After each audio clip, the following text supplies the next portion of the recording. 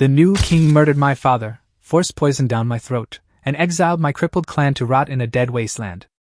Then my soul bound to a mutated pocket farm with automated tools, infinite storage, and soil that accelerates growth tenfold.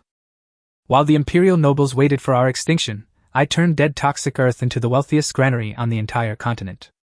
Before we dive into the story, please like and subscribe to support the channel.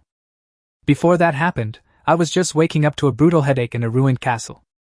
Stern voice cut straight through my sleep, telling me it was time to get up and eat breakfast. My head pounded like an engine, so I rolled over, assuming my computer was still running some historical drama. The voice kept going, lecturing me that waking up on time was a non-negotiable habit for any proper nobleman. That froze me in place, because the sound was breathing right next to my ear, far too crisp for my cheap speakers. I forced my eyes open against the throbbing ache, but instead of my drywall ceiling, I saw a white gauze canopy. I turned my head and locked eyes with an imposing gray-haired butler staring down at me like an iron statue. A quick look around revealed bare stone walls, paper-covered windows, and a single glowing crystal serving as a lamp. The old man did not let up, insisting that my recovery meant I had to stick to a strict aristocratic morning routine. The reality of transmigration slammed into me, my skull flared with blinding pain, and I blacked out on the spot. Taken aback by my sudden collapse, Green wheeled around and hurried through the heavy door into the corridor. Waiting in the hallway were two massive teenage twins, over 2 meters tall with iron-dark skin and completely blank faces. Beside the giants stood an anxious blue-haired woman and a strikingly pretty girl staring silently at the floor. The moment Green stepped out, Merlin rushed forward and asked if the young master had finally opened his eyes. Green gave a conflicting nod and shake of his head, explaining that I woke up only to pass out again, wondering if someone messed with the medicine. Merlin snapped, swearing she would kill the culprits if they poisoned me, cursing the imperial court for stabbing their greatest heroes in the back. Green cut in quietly, telling her to go check on me and use her water magic if needed, because keeping our family line alive was all that mattered. Before stepping inside, Merlin turned and warned Green to drop the noble etiquette nonsense, pointing out that we were exiled in a total wasteland.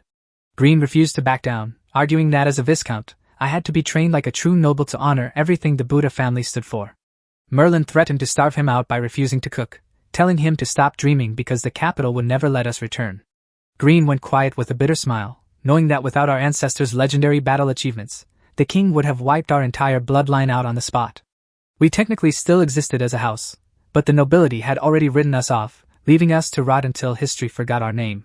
The hardest pill to swallow was the king forcing Adam to drink the water of nothingness just to make sure our family never rose again. The water of nothingness was an invaluable mystical elixir, worth mountains of gold, created with a single terrifying purpose, reducing all power to zero. One drop could instantly strip a divine mage or divine knight of their lifelong cultivation, turning them into a helpless civilian with zero chance of a cure.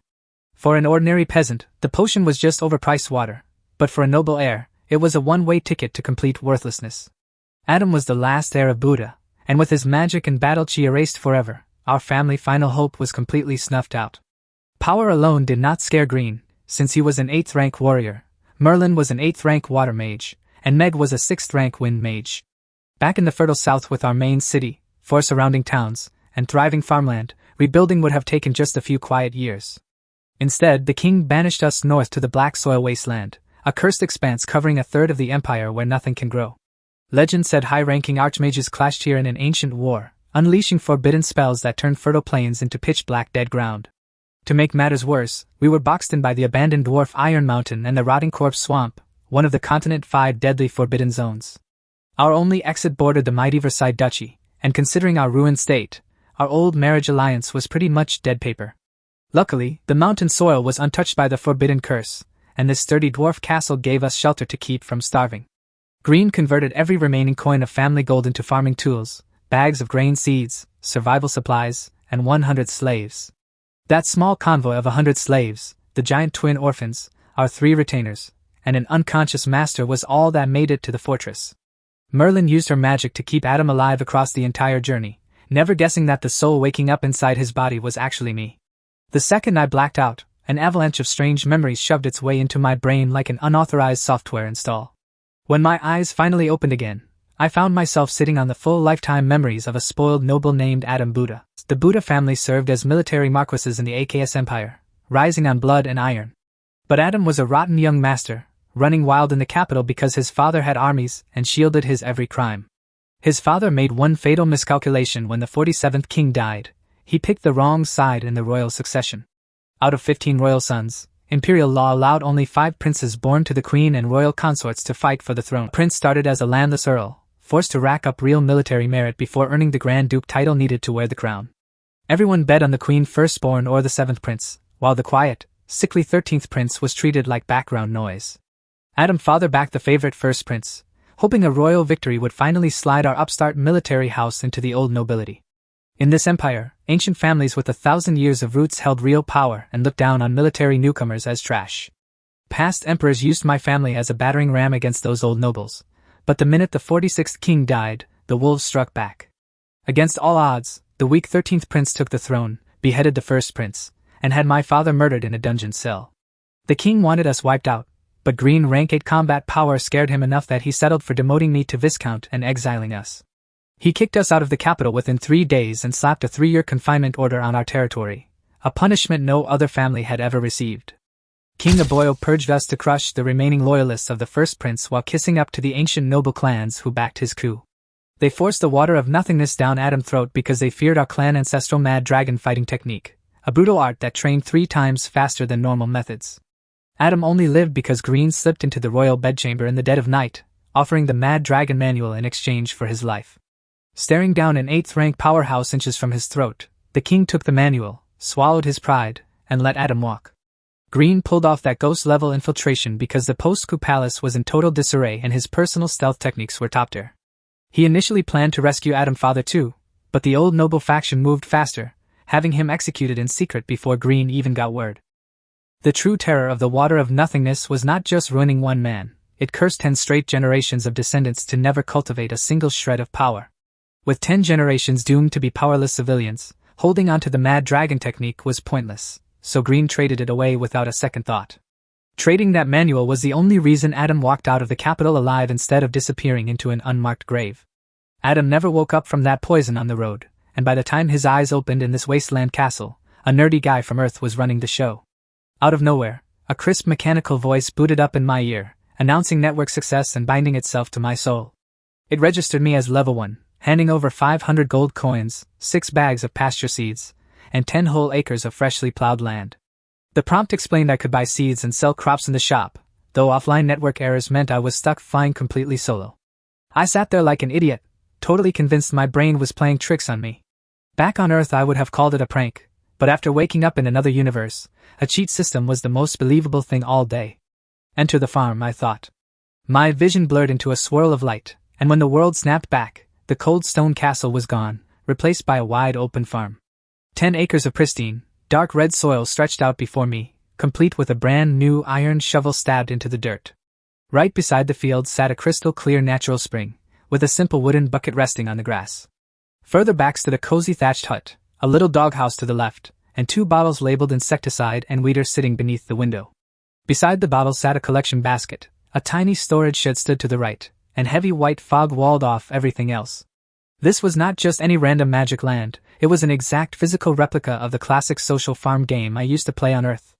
I was never a hardcore gamer back then, just a broke web novelist grinding out chapters for pennies while chilling between deadlines. A friend got me hooked because it was low maintenance, and I ended up leveling my farm all the way to rank 27. Back then, every beginner got a starter plot and a straw hut on their screen, but standing inside it in full 3-dimensional reality blew my mind. I squatted down and scooped up a handful of dirt, just to check if it was real Earth or some weird illusion.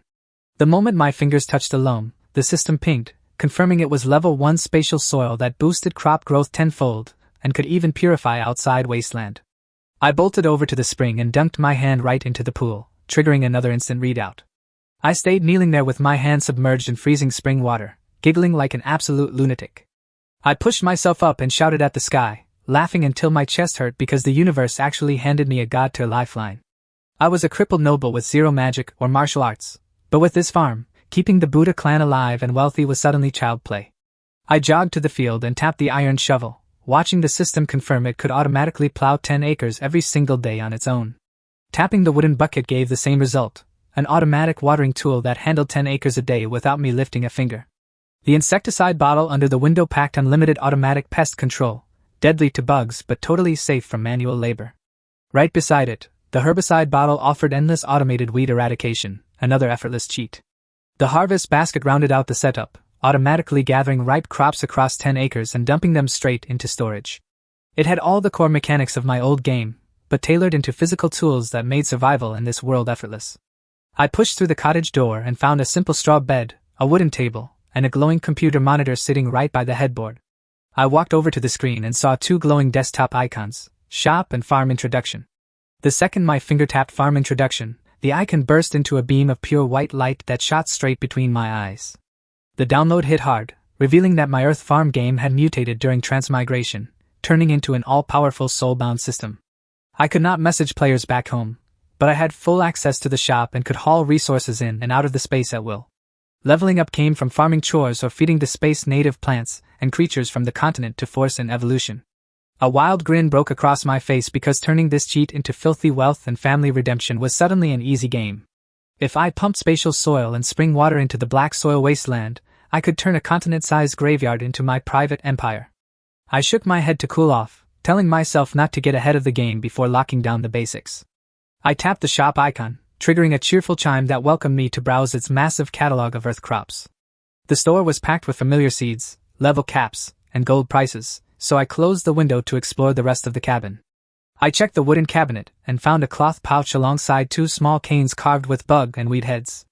I grabbed the pouch first, and the system identified it as an infinite money bag currently holding my 500 starter gold coins. The prompt noted that gold was locked inside due to low rank, which meant higher levels would let me pull hard cash straight into reality. Taking a few deep breaths to calm down, I picked up the insect-headed cane and learned it could unleash crop-devouring pests 50 times a day. Picking up the second cane revealed the weed releaser, a tool that spawned choking weeds 50 times a day to starve target crops. I set both canes back down with a chuckle, realizing they were built for covertly sabotaging any noble who crossed me. With the house cleared out, I stepped out into the yard and walked over to the storage shed to track down my missing pasture seeds. The warehouse was completely unassuming, just a little straw shack with a simple wooden door. Touching the wooden planks triggered a readout confirming infinite storage for any item, currently holding my 6 starter seed bags. The moment I pictured pasture seeds in my head, 6 small cloth bags materialized out of thin air right before my eyes. Realizing the warehouse responded instantly to pure thought made me grin from ear to ear. I pushed on the warehouse door and found it completely locked, laughing softly as I realized the building was just a visual interface. Back on my straw bed, I tallied the math. 10-fold soil growth plus 10-fold spring water acceleration meant starvation was off the table forever. Between automated farm tools and an infinite pocket dimension, I was holding the ultimate mobile logistics powerhouse. Atom memory showed spatial mages were absurdly rare, and even the greatest noble artifacts capped out at a few hundred cubic meters. Continental rings could not even store a living rat, while my warehouse held infinite cargo, preserved perfection, and could house living creatures without breaking a sweat. With 500 coins in the bank and 6 grass bags in storage, I just needed to grind farm levels to unlock the ranch system. The grand plan was simple: get these 10 acres producing immediately, then use the harvest and spring water to fix the black soil outside. Then reality tapped me on the shoulder, reminding me that as a lifelong city nerd, I had never touched a hoe or planted a single seed in my life. I banished the grass seeds back to the warehouse with a thought, saving them for future livestock while I hunted down actual cash crops. The shop interface lit up with familiar seed icons, price tags, and level requirements, exactly like the browser game on my old PC. Being level 1 locked me down to 4 basic starters: pasture grass, radishes, carrots, and Chinese cabbage, with everything else grayed out. I locked in on radishes without hesitation. 150 gold planted all 10 acres, yielding 80,000 caddies worth 500 gold in profit. In real-world purchasing power, 500 gold translated to roughly 50,000 yuan, proving this humble vegetable patch was a serious gold mine. Money was great, but radishes were my secret weapon for farming experience, giving the fastest path to level up and expand my land. Years of living as a homebody wired me to plan every errand days in advance to maximize indoor chilling, and that efficiency habit kicked right in. I hit purchase, and with a quick mental command, the flat cloth bag of radish seeds materialized straight into my palm. The system confirmed the little pouch had enough seeds to cover the entire 10-acre field in one go. I had to laugh at how stingy the system was, giving only 6 acres of free grass while making you pay for a full 10-acre pack. I walked outside and stared blankly across the 10 acres, realizing buying seeds was easy, but I had no clue how to physically plant them. Then it hit me: if everything here was bound to my soul, maybe I did not need to get my hands dirty at all. I willed the crops to be planted, and the seed bag flew from my grip while the iron shovel started digging neat holes on its own. The bucket floated up right behind it, watering each hole before the shovel patted the soil smooth in a flawless automated rhythm. I stood back and laughed out loud, feeling like an absolute god commanding a private universe. With the planting running on autopilot, I figured I should check back into reality before Green panicked over my empty bed. With a single thought I popped back onto my wooden bed, noticing the outside sky had barely shifted an inch. Avenging Adam could wait. With a cheat this ridiculous, living comfortably as a lazy wasteland landlord was more than enough for me. Rule number 1 for surviving another world was keeping my head down and my mouth shut. Web novel protagonists only survived their arrogant rampages because authors handed them infinite plot armor, but in real life, reckless idiots just died horribly. I was still the last heir of a disgraced clan that made enemies of the imperial throne, making me the easiest target on the continent if I stepped out of line.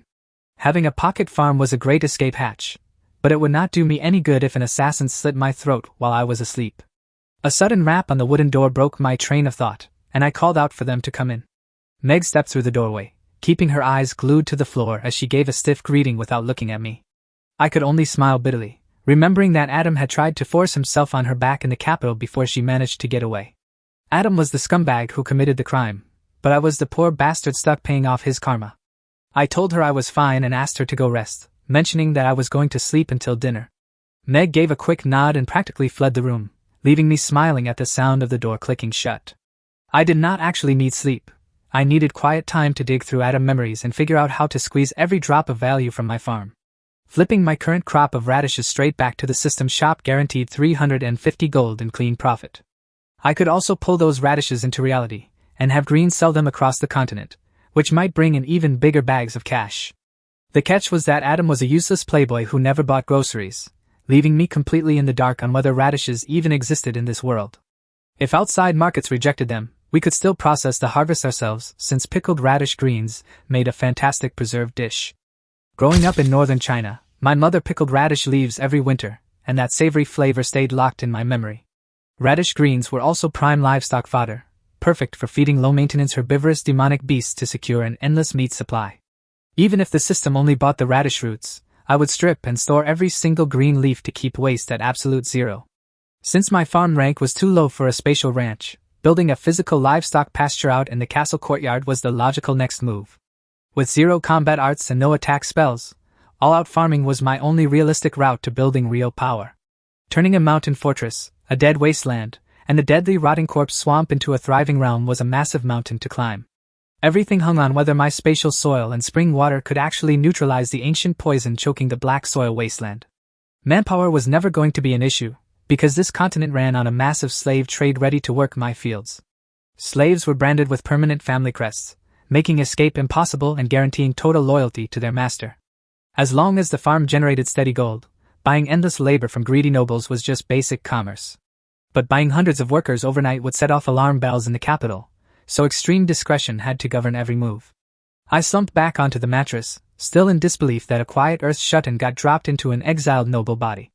Ripping a homebody away from his computer and high-speed internet felt like the cruelest cosmic joke in the universe.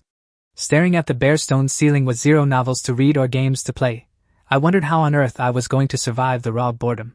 Between processing a lifetime of memories and the adrenaline rush from my space farm, exhaustion finally caught up and knocked me out cold. While I slept, Meg quietly pushed the door open, pulled the blanket over my shoulders, and whispered for me to be strong for the family.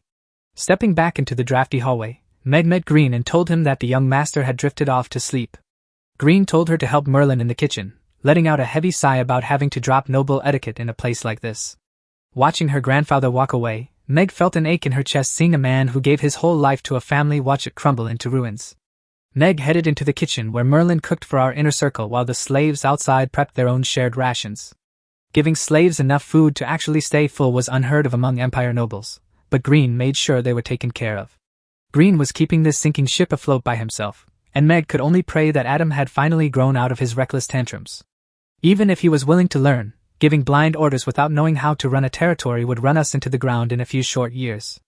Our property was spared during the trial, leaving our family with a massive fortune of 100,000 gold coins before the exile started.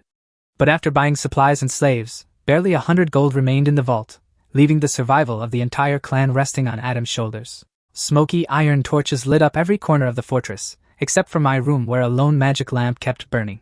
Mine magic crystals were strictly one-time batteries, high-grade ones powering complex machines while low-grade stones provided simple lighting until their energy ran dry. Demonic beast crystals were on a whole different level, incredibly rare to harvest but naturally drawing mana from the air to recharge over time. With crystals costing a small fortune, Green conserved every copper, lighting torches everywhere while saving the only magic lamp for me. The slaves had already eaten and turned in, so Merlin wrapped up dinner in the kitchen and sent Meg to knock on my door. Farm locked down and Merlin's soothing water magic settling my nerves, I was out like a light. Meg tapped on the wood and called for dinner, but the dead silence inside forced her to push the door open. She tiptoed to my bedside, listening to my steady breathing and wondering if I was fearless or just hopelessly oblivious. A gentle nudge on my shoulder pulled me out of my nap, with Meg letting me know it was already 7 in the evening. I rubbed the sleep from my eyes, sat up against the headboard, and asked her what today's date was. April 6th, she said, which meant I had been out cold for over a month and a half since mid-February. Magic on this continent was wild. Water spells kept my muscles from wasting away, letting me walk around as if I just took a quick power nap. As soon as I swung my legs over the edge of the bed, Meg knelt down to slide my leather boots on for me, but I stopped her immediately. I took the boots from her hands and pulled them on myself, leaving her staring like she had just witnessed a ghost. I stood up and told Meg to lead the way to the dining room, mentioning that I needed to talk over some business with Grandpa Green.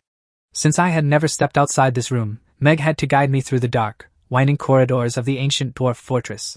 The place was old and gloomy, but the heavy dwarf masonry looked rock solid, sparking my curiosity about hidden secret rooms. Seeing torches flickering in every hallway reminded me that they had given me the only precious magic lamp in the entire castle.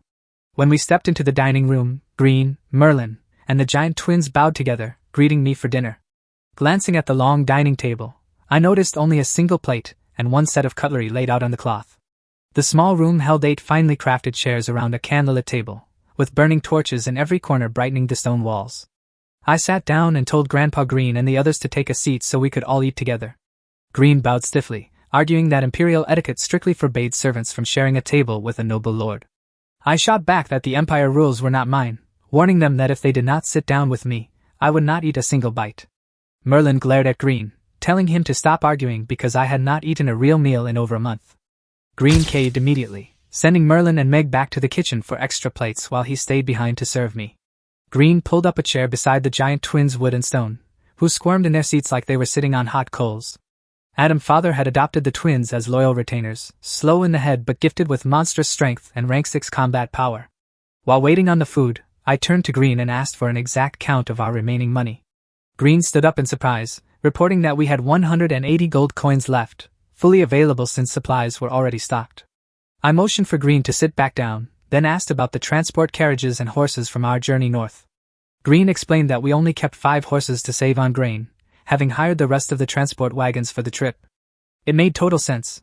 War horses could not survive on wild grass alone, and in a barren wasteland, grain was worth more than gold. I nodded at Green, then asked how we planned to handle meat and whether we bought any demonic beasts to breed. Green jumped to reassure me, promising they stocked plenty of blue-eyed rabbits and long-haired pigs so I would not go hungry. I did not know whether to laugh or cry. I was asking about fast-breeding livestock models, and he thought I was throwing a tantrum for steak. Just then, Merlin and Meg walked in carrying wooden platters piled with our evening rations. My plate had soft white bread, 2 eggs, a thick cut of roasted meat, and fresh greens, while Green got nothing but dry black bread. A lump formed in my throat seeing the difference, but I kept quiet and dug in with my knife and fork. Wood and stone shoveled mountain-sized portions into their mouths at lightning speed, while the rest of us ate at a normal pace. Merlin was a miracle worker in the kitchen, turning basic ingredients into something genuinely delicious. Totally clumsy with Western silverware, but sheer hunger took over and I cleaned my plate in record time. I looked up after wiping my mouth, only to find the entire room standing in dead silence, watching me like a hawk. Merlin and Meg cleared the table and brought out a steaming pot of cocoa, the continent's favorite coffee-style brew. Green poured me a cup, and after tasting that rich coffee flavor, I poured one right back for him and pointed to the chair. Green refused out of servant modesty, but I stood right up and physically pushed him into the chair. I told him he was my grandfather generation and that without him, I would be 6 feet under by now. Green broke down, tears streaming down his weathered cheeks as he choked out that the young master had finally grown up. I apologized for all the trouble I caused in the capital, swearing that those days were officially over. Green shook his head and took the blame, insisting it was his failure to protect me that landed our family in this mess. I told him my father made his own bed, then steered the topic toward fast-growing demonic beasts that reproduced like crazy. Green broke it down. Blue-eyed rabbits took barely 3 months to mature and popped out litters of 5 every month, while long-haired pigs bred litters of 7. The key difference was diet. Long-haired pigs ate literally anything, while blue-eyed rabbits were strict herbivores that only touched green leaves. Realizing they were basically earth rabbits, I shot up from my seat and asked to go see them immediately. Green chuckled at my excitement but told me to hold my horses until morning, since it was already pitch black outside. I backed down, but brought up the mountain of supply crates still sitting exposed in the open castle courtyard. Green explained that the castle was too small to fit everything, so the slaves were busy building wooden sheds to keep the cargo dry. I asked if our slaves had proper housing before the April rainy season kicked in, knowing we could not afford to lose our only workforce to sickness. Green looked visibly relieved, admitting he had worried I would kick the slaves into the rain to make room for inanimate crates. He assured me everyone had a dry roof over their heads, so I left them to their cocoa and headed upstairs to get some rest. The second I was out of earshot, Green burst out laughing to Merlin and Meg, celebrating that the young master had finally grown into a real man. Merlin smiled, admitting that living a quiet life in this wasteland was 100 times safer than being painted as targets in the capital. Green nodded, revealing he bought an even split of male and female slaves specifically so they could marry, have kids, and grow our population.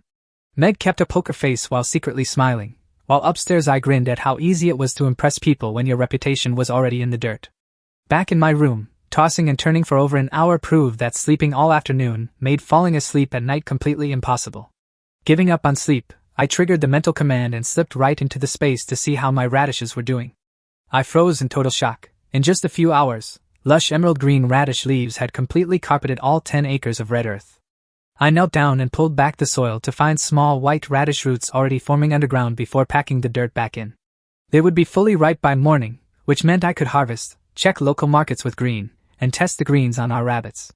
I slipped back onto my wooden bed, staring into the dark and turning over everything that had happened since waking up.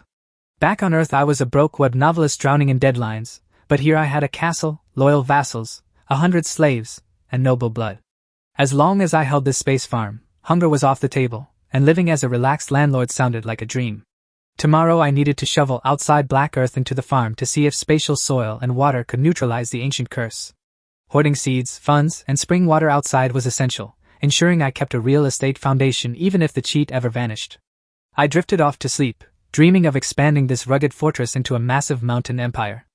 A cheerful system chime jolted me awake, announcing the radishes were fully ripe and ready for harvest.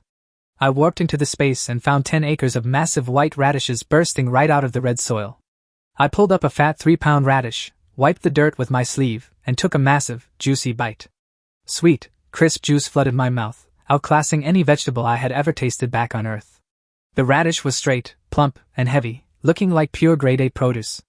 I picked up the collection basket and yelled collect, watching thousands of radishes rip out of the ground and vanish straight into the warehouse. A quick check in the warehouse showed 80,000 caddies of prime radishes tucked away, leaving neat rows of empty planting holes in the field.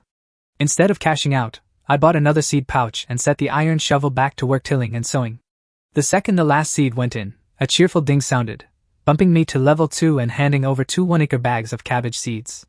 I rolled my eyes at how cheap the developers were, handing out tiny 1-acre sample packs like it was some generous gift.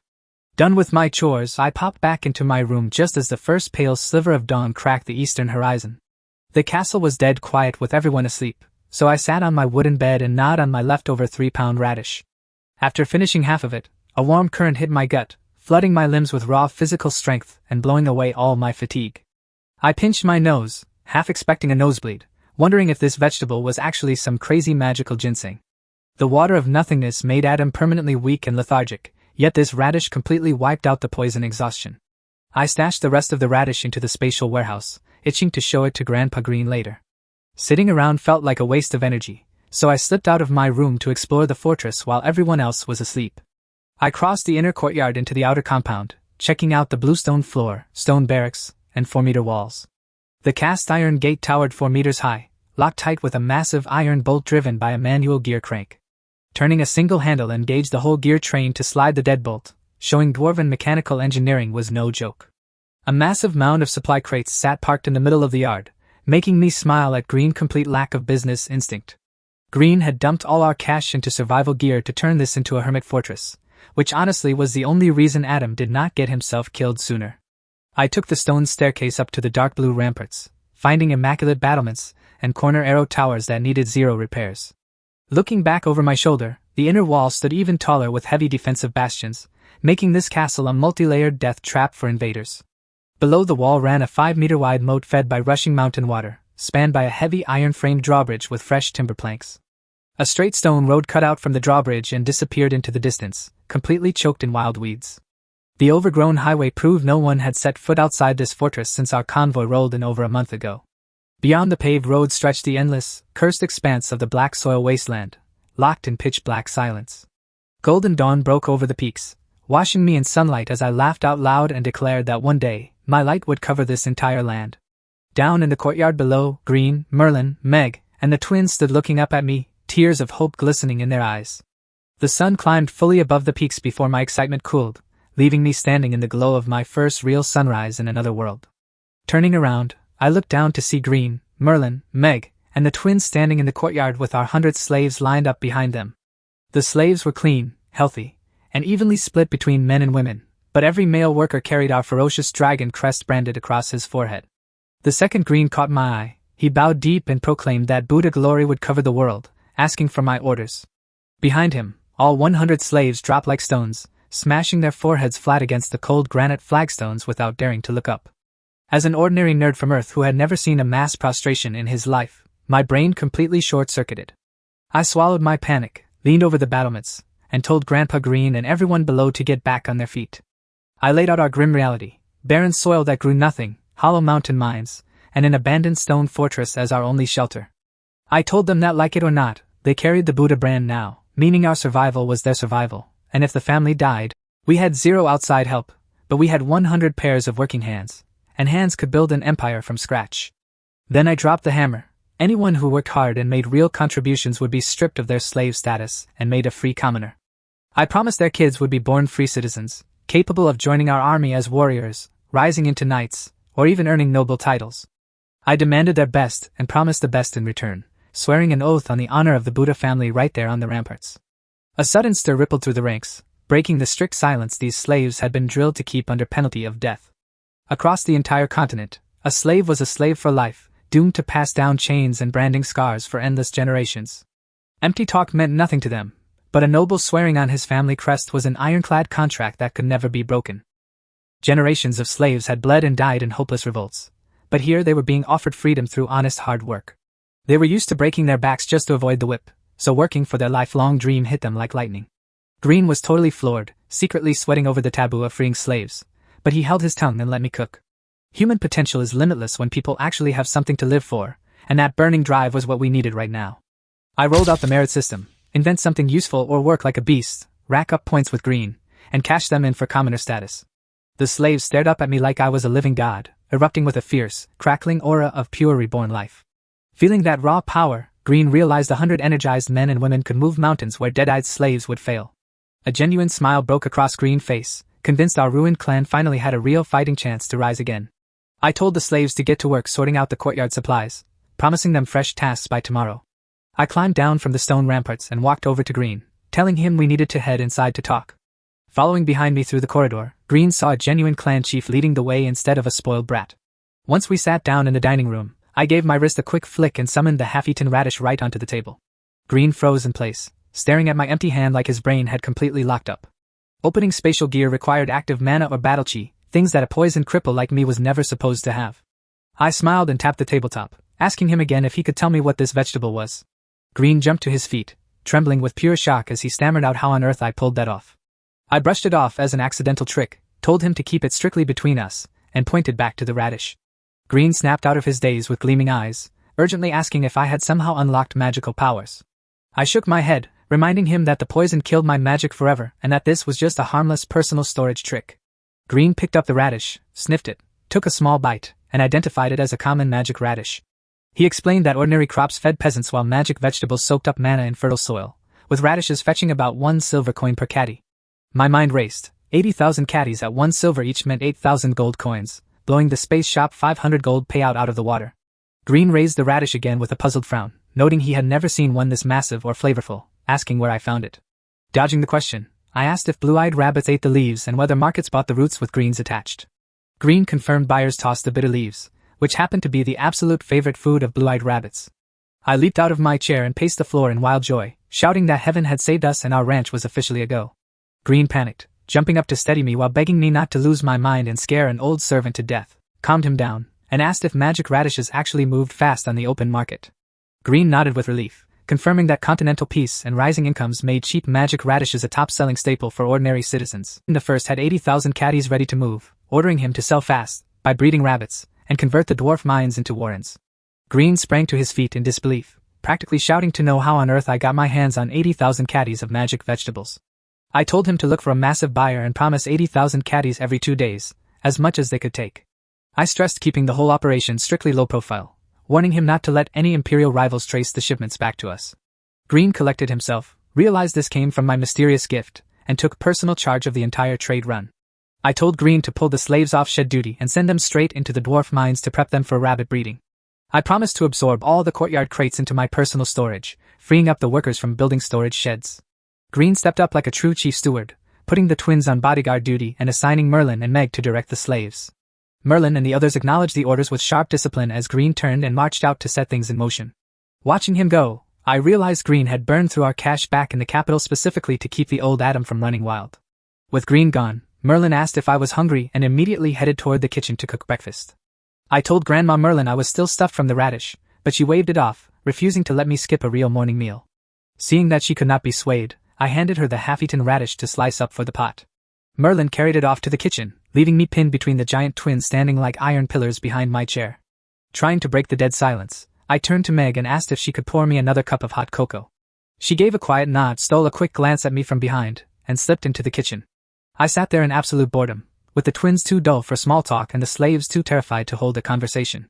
Meg returned with a steaming pot, filled my cup, and stepped right back into her quiet corner without a word. Adam past harassment still hung between us like a brick wall, making any normal conversation feel painfully awkward. Merlin was fast, bringing out a fresh spread of soft bread, savory meat porridge, and sunny-side-up eggs from demonic beast chickens. I told Merlin and the others to pull up chairs and eat with me, pointing out that a mountain of hard labor awaited them outside. With so much work on their plates, they skipped the etiquette debate and dug into their morning meal together. After breakfast, I took my Coco down to the first-floor living room, kicking back on a couch to wait for Green report. Green walked into the first-floor living room and bowed, reporting that household tasks were settled and he was ready to head out. I told him there was no rush, reassuring him the harvest was locked in stasis and would stay fresh for a decade. I ordered him to secure long-term contracts with major merchants and prepare for radish prices to tank once our massive supply hit the market. I pointed to the seat next to me, telling Green to sit down while sending Wood to the kitchen to fetch him breakfast. Wood checked with Green first, waiting for a nod before heading off, showing a loyalty that I respected without an ounce of jealousy. I warned Green that the imperial nobles spared us only because we seemed harmless, and they would exterminate us the second they smelled the comeback. Playing the coward and keeping our heads down was the only way to survive until we built real, untouchable power. Green eyes went red, and he stood up with a deep bow, swearing to execute the mission with total discretion. I told him radishes were just step one, and that our next move was testing soil purification and buying skilled slaves of any race. Wood brought out Green breakfast, a meager plate of dry bread and salted greens that made me shake my head in pity. I rattled off more shopping orders, by breeding rabbits, long-tailed chickens, and scaleless fish to populate our castle moat. I also told him to pick up books on continental plants and beasts, while recruiting combat-ready slaves to shore up our weak defense. Green chewed his dry bread, listening intently while mentally organizing the tasks and mapping out the trade route. Finishing his meal, Green handed the empty plate to Wood and begged me to protect my health as the clan's sole remaining hope. I offered to personally transport the radishes via spatial storage once he locked in buyers, dodging suspicious merchant convoys entirely. Green agreed to figure out delivery logistics after scouting the buyers, promising to handle all the groundwork. I stood up and bowed deeply to Green, thanking him on behalf of the Buddha clan and declaring him true family. Tears filled Green eyes as he roared that the late Marquis could rest easy, his body bursting with the fierce aura of an 8th-rank warrior. Green marched out like a seasoned commander, and I headed upstairs to my bedroom to plan my next farm cycle. Wood and stone shadowed my heels like giant dark specters, taking Green bodyguard orders with iron discipline. Stepping into my bedroom, I scratched my head, wondering how on earth I was going to enter the space farm with 2 watchdogs glued to my hips. I told them to go back to their rooms and get some rest, but both brothers just shook their heads in dead silence. I asked them to go down and help Grandma Merlin in the kitchen, but they hit me with another synchronized head shake. I told them to at least wait outside in the hallway, but the twin statues shook their heads a third time without flinching. I tried barking orders as the young master, then resorted to begging for personal space, but they just kept shaking their heads. I warned them I had to visit a secret location crucial to the clan future, and told them not to panic if I vanished into thin air. Before I could finish, both brothers reached behind their backs, ripped out their massive two-handed great swords, and pressed the steel blades directly against their own throats. I slapped my forehead in utter despair, realizing these stubborn meatheads would genuinely slice their own necks if I disappeared without them. I was torn between keeping my farm secret and keeping two insanely loyal rank 6 powerhouses from ending their own lives on my bedroom floor. I had crops to harvest, money to make, and needed to test pulling spatial water and soil to revitalize the dead wasteland outside. Wood and stone stood like unblinking gargoyles, great swords still pressed to their flesh, watching me like I was about to teleport away. I threw my hands up in defeat, telling them they could come along as long as they swore absolute, sworn secrecy. Both brothers nodded in perfect unison, but kept their heavy broadswords pressed firmly against their throats just to be safe. Seeing they were genuinely terrified I would ditch them, I told them to drop the blades and triggered the warp into the farm. Wood and stone froze in utter shock, gaping at the 10 acres of giant radishes, the cozy thatched hut, and the glowing spring. I clapped their broad shoulders and told them to lower their steel, and they obeyed on instinct like it was holy scripture. I felt a bizarre shift in the air. Suddenly, they were looking at me not just as a noble heir, but as their absolute supreme master. I checked my remaining 200 gold coins and scanned the red dirt, staying on guard for random weed and bug spawns from the game. The crops were totally clean with 0 pests, which was a huge relief since these radishes were our only ticket out of poverty. I did not realize this mutated realm made me a god, forcing anything brought inside to involuntarily pledge absolute soul-bound loyalty.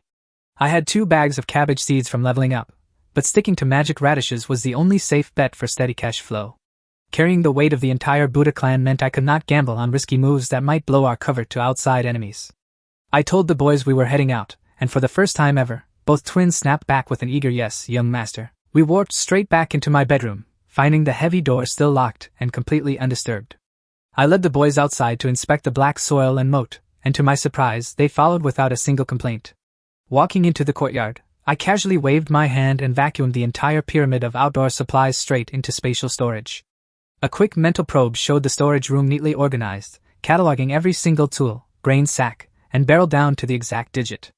I realized I could project and control the farm interface directly from reality, completely invisible to the twins standing right behind me. We walked through the open main gate, spotting Merlin and Meg supervising the slaves as they cleared out the abandoned mountain mine shafts. Driven by the dream of earning their freedom, the slaves worked like machines, knocking out an hour job in barely 30 minutes. Trusting Merlin to handle the mines, I steered straight toward the moat to evaluate our fish farming setup. The stone mine trench was impeccably built, keeping the mountain water crystal clear despite years of total abandonment.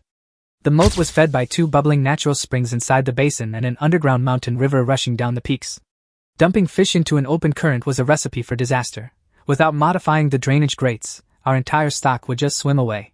Fixing the moat involved re-engineering the castle hold drainage grid, so I shelved it to focus on the black soil. Centuries of dead land should have turned into sand dunes, yet this black earth sat completely unchanged by wind and weather. I walked a few paces onto the plain, scooped up a handful of dirt, and felt my heart sink as it rubbed like greasy oil sand between my fingers. I ordered Wood to dig up a sample, and he unslung his 2-handed greatsword, shoveling a massive mound of black dirt into my hands. I swept the dirt into spatial storage and stared across the dead horizon, knowing our entire survival hinged on whether my space water could cure it. With the black soil stashed away, I led Wood and Stone up the mountain path toward Merlin and Meg to see how the mine cleanup was progressing. Centuries of expert dwarven tunneling had hollowed out the mountain into an immense, rock-solid underground fortress that would never collapse. Merlin and Meg directed the work with practiced ease, while the slaves worked like demons, needing zero supervision thanks to the promise of freedom. The outer residential section offered tens of meters of dry stone caves perfect for raising rabbits, before the floor sloped down into flooded depths. The dwarves had built a self-contained mountain town with built-in drainage, keeping the outer caverns bone-dry despite the deep water inside. Standing on the terrace, I saw Iron Mountain for what it was, a 1,000-meter horseshoe ridge walling off the wasteland, backed by the deadly rotting corpse swamp. The mountain soil was sickly dark brown, covered in withered weeds and twisted, malnourished trees that looked ready to drop dead. I finally understood why the Imperial Court sent us here. This was a barren death trap meant to starve our clan into permanent extinction. I strode up to the massive mine entrance, framed by a colossal stone arch over 3 meters tall and 5 meters wide. I stopped dead in my tracks, staring in awe at an underground cavern city vast enough to house tens of thousands of people. It was less of a mine and more of an impenetrable subterranean fortress, perfect for both rabbit ranching and a secret military base. Merlin spotted me, hurrying over in her blue robes while warning me that this dusty, filthy cave was no place for a noble master. I smiled and asked Grandma Merlin how many caves of this massive size existed across Iron Mountain. Merlin explained there were only 2 giant caverns, one by our castle and one on the far side, along with dozens of smaller mining shafts. I asked how deep the tunnels went and whether they connected, wanting to make sure our future rabbits could not escape into the wild. Merlin explained dwarven mining habits. Tunnels plunged straight down to prevent cave-ins, but the deep shafts were flooded and dead-ended. I planned to pave the access road and erect wooden safety barriers at the cavern edge to keep rabbits from tumbling into the flooded depths. Merlin urged me to head back to the castle, but I insisted on heading deeper to inspect the underground water source myself. As an 8th rank water mage, Merlin offered to guide me into the deep tunnel, eager to analyze the water properties. I agreed and led Merlin, Wood, and Stone down into the dark tunnel, leaving Meg behind to supervise the slave crews. We walked hundreds of meters down a gentle stone slope where old dwarven rail tracks had once carried iron or carts. The slope opened into a colossal subterranean cavern, where the echoing roar of a vast underground lake resonated in the pitch dark. Merlin conjured a glowing white sphere of illumination magic, turning her open palm into a radiant lantern that sliced through the darkness. The magical light revealed a boundless underground lake, dotted with towering stone pillars that supported the mountain ceiling above. I pointed across the water, asking Grandma Merlin what those massive pillar-like platforms were built for.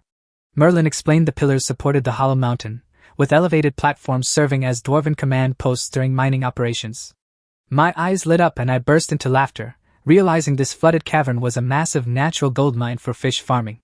Merlin noted active water mana meant flowing currents, but warned that an outlet channel would let all our fish fry escape, connecting it to the moat dilemma, and asked Grandma Merlin to pull a water sample for testing.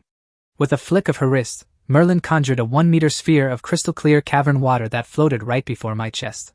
I sent the water ball straight into spatial storage, marveling at how effortlessly my pocket dimension absorbed liquid.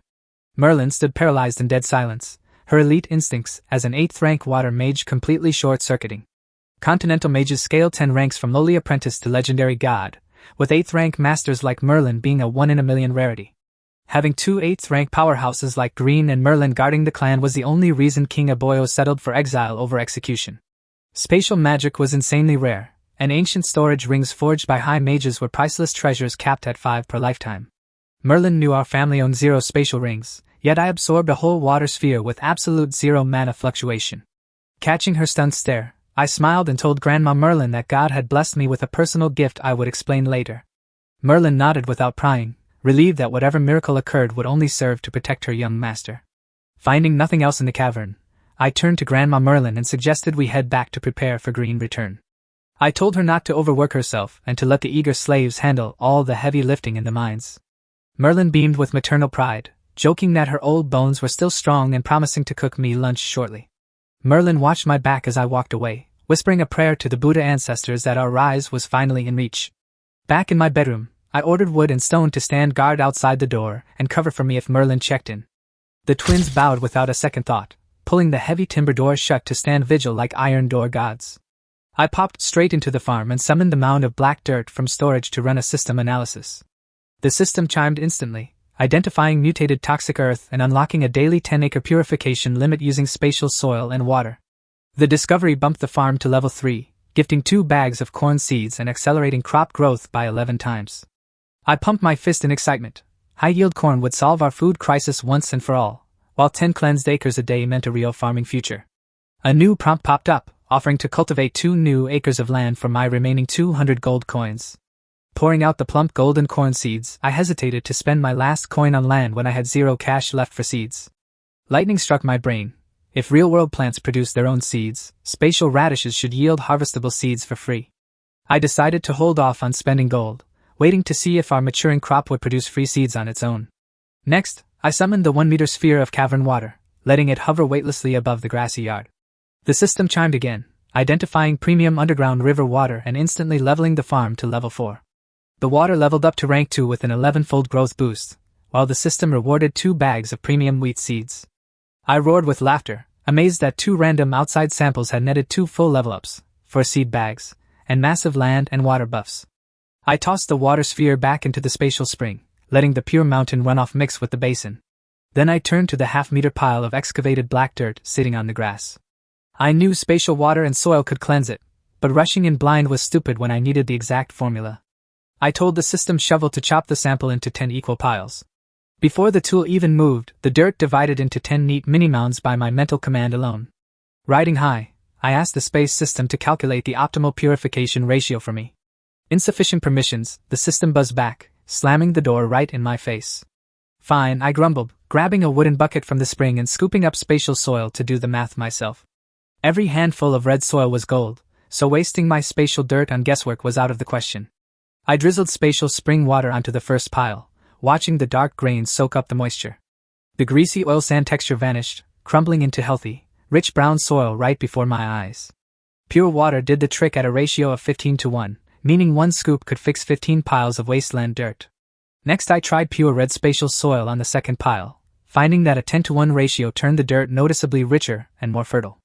I moved to the third pile with a 9:1 mix of water and soil, but the finished dirt looked no different from the pure water batch. I dialed through different blends until reaching 6 parts water to 4 parts soil, which hit the exact sweet spot of peak fertility without wasting our red earth. That locked in our master recipe. 6 parts water to 4 parts soil gave us grade A farmland at minimum cost. With the formula solved, I set the bucket and trowel by the spring and popped back into my room. Sitting on my bed, I mapped out our gains: land upgraded, purification recipe locked, and April already ticking away toward the planting deadline. I may not have been a farmer on Earth, but basic common sense said if you miss spring plowing, you starve by winter. My total inventory stood at 200 gold, 12 bags of seed, and 80,000 caddies of radishes chilling in the warehouse. Best of all, every single seed could be pulled into the real world, ready for sowing the second our dirt was purified. I pushed open the door and found Wood and Stone standing guard in the corridor, looking like twin iron statues. I told Wood to dig up a bundle of rope and a ruler so we could head outside and survey the wasteland plots. Green had packed for the apocalypse, so our supply depot was overflowing with ropes, rulers, and every tool under the sun. Wood paused before leaving, pointing out it was already noon and Grandma Merlin was downstairs putting lunch together. My stomach growled right on cue, so I pushed the survey back an hour and led the boys downstairs for food. We stepped into the dining room to find Merlin and Meg laying out plates on the long table. I told Merlin to pull the slaves off mine duty this afternoon, hand them ropes and rulers, and grid the black soil into 10-acre plots. Merlin's face fell, warning me that the wasteland was completely dead and that planting our seed stock out there would just throw it in the trash, assuring Grandma Merlin that I had already figured out how to turn that toxic black dirt into rich, fertile farmland. Merlin's voice shook as she asked if I was serious, realizing our barren wasteland made up a third of the entire Empire territory. Magic and martial arts ran the continent, but food was king, and a fertile wasteland would make us the supreme granary of the world. To make sure the Buddha family never rose again, King Aboyo had formally signed away the entire wasteland under the witness of temple envoys and foreign gods. That divine seal made our ownership permanent and untouchable. Even if the empire collapsed or gods waged war, no one could legally take this land from us. Tears streamed down Merlin's face, realizing my miracle would turn our broken clan into the wealthiest powerhouse on the continent. A wood mage and elves wasted 20 years here trying to grow a single blade of grass before giving up. Agriculture never got much attention because the continent had plenty of food for everyone. Owners just fed slaves less as food prices rose, increasing social contradictions while bragging about women and the moon. Merlin didn't know global economics, but she knew successfully reclaiming this dead wasteland meant the Buddha family rise. I reassigned the slaves to survey exactly 1,000 acres of the surrounding dead black soil immediately. Merlin nodded excitedly, nearly sprinting out the arched dining room door. I stopped her, insisting we finish lunch and maintain absolute secrecy to avoid detection by Imperial spies. Merlin calmed down instantly, acknowledging the risks and trusting my judgment for our safety. Meg stood silently behind her, staring at me infatuated instead of hiding her face downcast as usual. She remembered childhood Adam protecting her from bullies, before high society corrupted his character. Older Adam, unruly and frightening, had shattered her world when he chuckled lewdly and attempted to rape her. Yet Xiao Hai brought a mature, calm confidence and a gentle smile that was slowly healing her shattered memories. I noticed her looking, and that familiar twinge of awkward guilt hit me, making me offer a small, sheepish smile that only made her gaze soften more.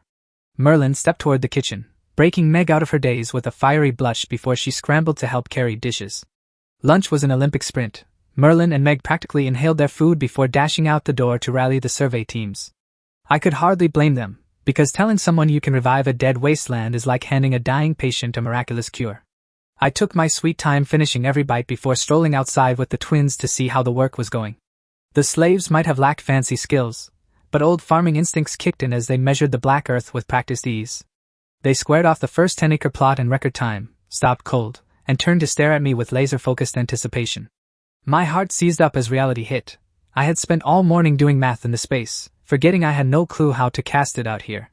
Just as I started sweating bullets, a golden prompt chimed in my ear, asking if I wanted to improve the land in front of me. I lunged to slam the button, but my fingers sliced right through thin air, leaving me flailing like an absolute lunatic in front of the whole fiefdom. Merlin and the others stared blankly at my wild gestures, clearly terrified that the crushing pressure had finally snapped my sanity. Flushed with embarrassment over my old PC gaming habits, I scratched my head and barked yes with a sharp mental command. A virtual prompt flashed with a blinking cursor, asking for the target area, so I mentally typed in 10 acres. The system prompted for a method, and with everyone watching my every twitch, I immediately selected the custom formula. A ratio prompt popped up, and I punched in 6 parts spatial water to 4 parts spatial soil without moving a muscle. The prompts vanished, and a miniature dimensional rift tore open in the air beside me, spewing a thick, grayish mist across the dead dirt. Wherever that haze settled, the greasy black sand dissolved, morphing into healthy, rich agricultural earth at a visible, breathless pace. The mist settled into a perfectly squared 10-acre plot, complete with a clean boundary ditch, before the spatial rift silently vanished. I walked over, scooped up a handful of dirt, and felt rich, crumbly, top-grade soil slip through my fingers. I threw my head back and roared with laughter, knowing 10 arable acres meant our starvation days were officially dead and buried. My laughter broke the spell, and every slave and retainer surged forward in a mad rush, diving to the ground to grab their own handful of soil. The slaves checked the dark loam with veteran farming eyes and erupted into wild cheers, watching an impossible miracle turn into real soil under their knees. Merlin squeezed a fistful of fertile black earth to her chest, tears streaming down her face as the clan impossible survival turned into undeniable fact. Meg stood frozen on the reclaimed earth, tears spilling silently down her porcelain cheeks as the sudden dawn of our salvation overwhelmed her. She dropped the dirt, sprinted across the field, and threw her arms around me in a tight, desperate hug. Having lived as a sheltered earth nerd who never even held a girl hand, my entire nervous system locked up in sheer panic. Trapped between Adam's shameful guilt and my own burning confusion, I hovered with awkward hands, paralyzed over whether to push her away or hug her back. Watching from a few paces away, Merlin smiled through her tears, realizing Meg's deeply shattered heart was finally healing through this dependable new young master. Meg finally let go, leaving my face blazing crimson while I stood there opening and closing my mouth without a single coherent word. She giggled at my goofy, flustered expression, shot me a heart-melting sidelong glance, and ran off with a bright red blush across her cheeks. That single glance hit me like pure electricity, leaving me drunk on the spot and realizing that a real future between us might actually be on the table.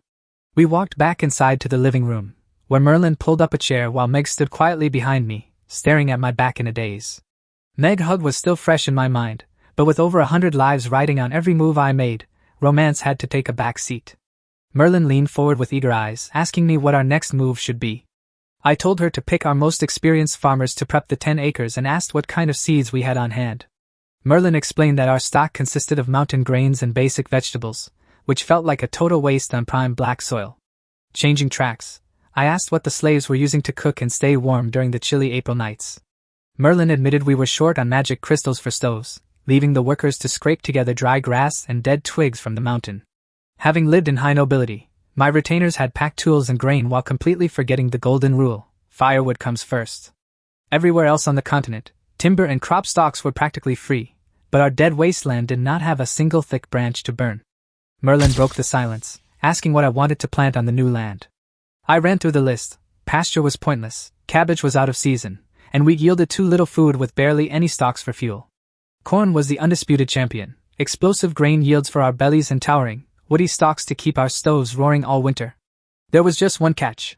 I only held 2 bags of corn seed, leaving 8 of our 10 freshly cleansed acres totally bare. I tallied my spatial balance sheet: 200 gold, 12 bags of seed, and a warehouse full of radishes worth 500 space coins.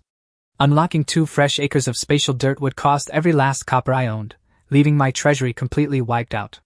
While I was busy sweating over budget math, Meg stood behind my chair, staring at my profile with pure, starry-eyed admiration. I made up my mind, telling Grandma Merlin to get back to the mines while I prepared tomorrow's 10-acre expansion. Merlin gave an obedient nod, taking Meg along to rally the workers while leaving me to my secret prep. I headed straight up to my bedroom, posted the twins outside the door, and slipped into the farm. The farm was completely unchanged. Our 10 acres of red dirt and the crystal spring were totally untouched by the outside reclamation. I pulled up the store and liquidated the 80,000 caddies of stored radishes, pumping my balance straight to 700 gold. With cash in hand, I triggered the land clearance option and dropped 200 gold to cultivate 2 new acres. The boundary mist rolled back with a golden ripple, revealing 2 brand new acres of rich red dirt. I summoned the automated tools and sowed both bags of corn across the fresh plots in a matter of seconds. 2 acres would churn out 4,000 kilos of grain, giving us enough seed to plant 600 acres outside while stacking endless firewood. As long as these space crops produced fertile seeds, I had the ultimate loop: radishes inside for cash, and corn outside for fuel and food. Watching the 2 newly seeded plots take shape in the red dirt, I finally understood what it meant to plant real hope. The corn needed over 10 hours to mature, so I turned my gaze toward the 10-acre sea of radishes to check their progress. Remembering the old game mechanics from my past life, I slapped my forehead and called out to the system for an exact harvest countdown. 3 minutes until fully ripe, the system chimed back with absolute mechanical precision. With 3 minutes on the clock, I pulled up the system shop to buy a fresh pouch of seeds for the next cycle, on radish seeds, leaving my space. I reminded myself to keep outside expansion slow. Reclaiming the wasteland too fast would paint a massive target on our backs for Imperial assassins. Stacking space levels came first, and dumping too many radishes on the open market would only crash the price and hurt our own pockets. I sorely missed having a phone, wishing I could shoot Green a quick text to warn him against signing massive bulk contracts. I could never rely purely on this cheat. If the space ever vanished, I needed real, fertile ground under our boots to survive. Channeling my old solo gaming days on Earth, I treated every coin and crop like a hardcore min-maxing challenge.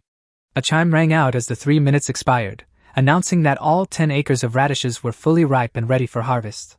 I remembered the default harvest discarded the green tops as trash, but I desperately needed those leafy greens to feed our future rabbit pens. Pulling 10 acres of radishes by hand would break my back, so I had to test whether the space would obey custom voice commands. Taking a deep breath, I called out an order to harvest the crops while cleanly separating the radish roots from the green foliage. The space responded instantly, sending thousands of plump white radishes and bundles of crisp green leaves flying into collection baskets. I hurried over to the wooden warehouse and pressed my hand against the door to check our haul. The inventory ledger lit up with mountains of crisp white radishes perfectly sorted alongside fresh, juicy green fodder.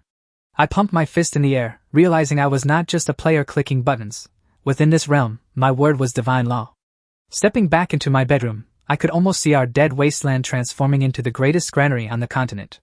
Yet my stubborn earth instincts kept me grounded, reminding me that invisible cheat magic could vanish, but real land in our hands was forever. Reclaiming land in broad daylight was reckless and could easily tip off Imperial scouts, so I resolved to study the mountain terrain before drifting into sleep. I woke up as dusk crept into my bedroom, noticing how dark the castle had become since Merlin kept oil lamps and torches strictly rationed. Down in the courtyard, the slaves gathered in the evening breeze, enjoying their free time to relax and chat before nightfall. This place was already paradise, full stomachs every day, reasonable work hours, and nobody cracking a whip over their backs. When they first arrived at this cursed mountain bordering the toxic rotting corpse swamp, they were convinced they had been sent here to starve. Seeing me transform dead black sand into fertile farmland with my own hands proved to them that their new master commanded real miracles. Being treated like human beings and handed a path to freedom forged an unshakable loyalty that no whip could ever buy. I watched them from my window, wanting to go down and chat, but knowing centuries of aristocratic trauma meant they would just drop to their knees in terror. A soft knock at the door broke my train of thought. Meg pushed the door open to announce dinner, while wood and stone stood guard in the torch-lit hallway behind her. Seeing Merlin and Meg handle slave management and cooking made me feel guilty, but stepping into the kitchen as a pampered noble heir would instantly blow my cover. In the dining hall, I sat down to bread, vegetables, cold meat, and soup, choking it down while sorely missing proper Chinese stir-fry.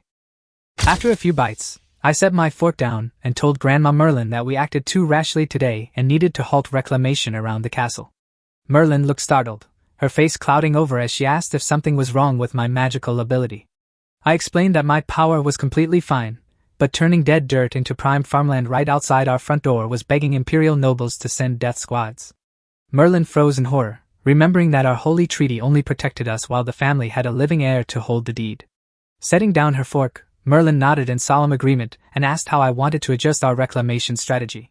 I proposed scouting a hidden mountain basin to secretly cleanse 1,000 acres, keeping our food supply completely off Imperial radar. Merlin agreed to scout hidden plots tomorrow and asked if we were still going ahead with raising rabbits and fish. I told her livestock was essential, since raising rabbits and common fish just looked like a disgraced noble family scrambling to survive. Merlin nodded, but brought up a bizarre issue. Either the castle moat nor the massive cavern lake had a single fish swimming in them. That stumped me, because my spatial analysis had already proved the underground water was pristine and teeming with nutrients. Merlin narrowed it down to 2 causes: either the water was poisoned, or a savage aquatic demonic beast had eaten every living creature in the depths. Remembering invasive predator fish on Earth, a cold sweat hit me as I realized a magical monster could obliterate our entire fish stock overnight. Merlin smiled with archmage confidence, telling me not to worry because she would hunt down and drown whatever monster lurked below. I let out a breath and grinned, realizing having an 8th rank water mage in the family meant aquatic monsters were barely an inconvenience. I told Grandma Merlin that if hunting the beast carried any real danger, we would scrap the fishery entirely since her safety came first. Merlin beamed with confident excitement, assuring me that an 8th rank water archmage could squash an aquatic beast like a common bug. Seeing her confidence, I agreed to park the fishery hunt and lock in mountain scouting as our top priority for tomorrow. Merlin nodded in agreement, while Meg, Wood, and Stone listened in respectful silence as we wrapped up our council. I finished my dinner, sipped a warm cup of cocoa by the living room hearth, and headed up to my bedroom for the night. With the fortress pitch black and no modern screens to keep me entertained, my restless night owl habits pulled me straight into the space farm. Vibrant green corn and radish sprouts were already bursting from the red dirt without a single insect in sight.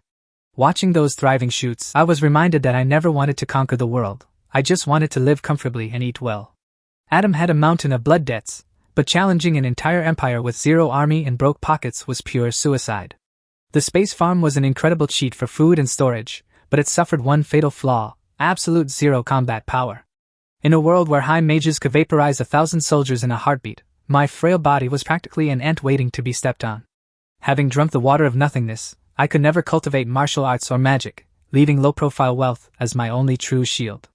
I raised my hand and called up the crystal spring, showering a gentle mist of spatial rain over the seedlings without drowning their roots.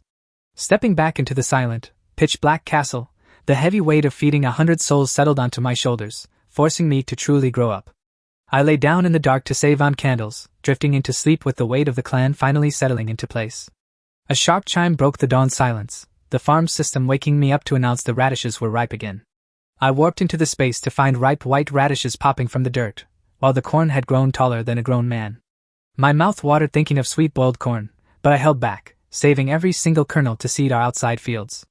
I stored the radishes, spent another 150 gold on fresh seeds, and got the next 10-acre cycle running instantly. I splashed freezing spring water over my face to wake myself up, checking the corn ears one last time before stepping out. I warped back to reality at first light, stepping out onto the mountain path to fill my lungs with crisp April air. Years of drinking and the poison of the water of nothingness had left this body wrecked, so I decided to start rebuilding my stamina. I kicked into a steady jog around the courtyard, trying to force some real endurance into this frail frame. Slaves trickling out of the barracks rubbed their eyes in disbelief, completely baffled to see their noble lord running laps like a common recruit. My lungs gave out in minutes, leaving me bent over and clutching my knees while gasping for air.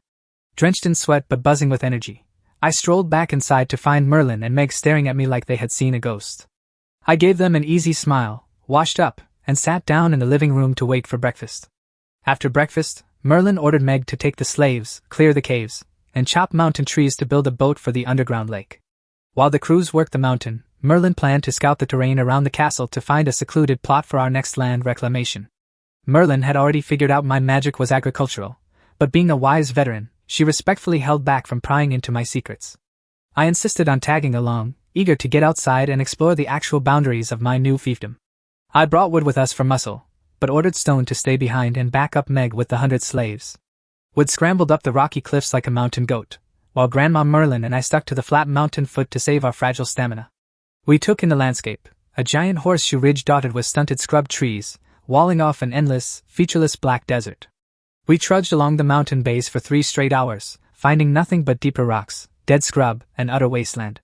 My legs turned to lead, so I collapsed onto a boulder with Merlin, gasping that we should wait for Green to bring horses before trying this again. Wood jogged down the cliffs without breaking a sweat, checking on us before bounding right back up to scout the higher ridges.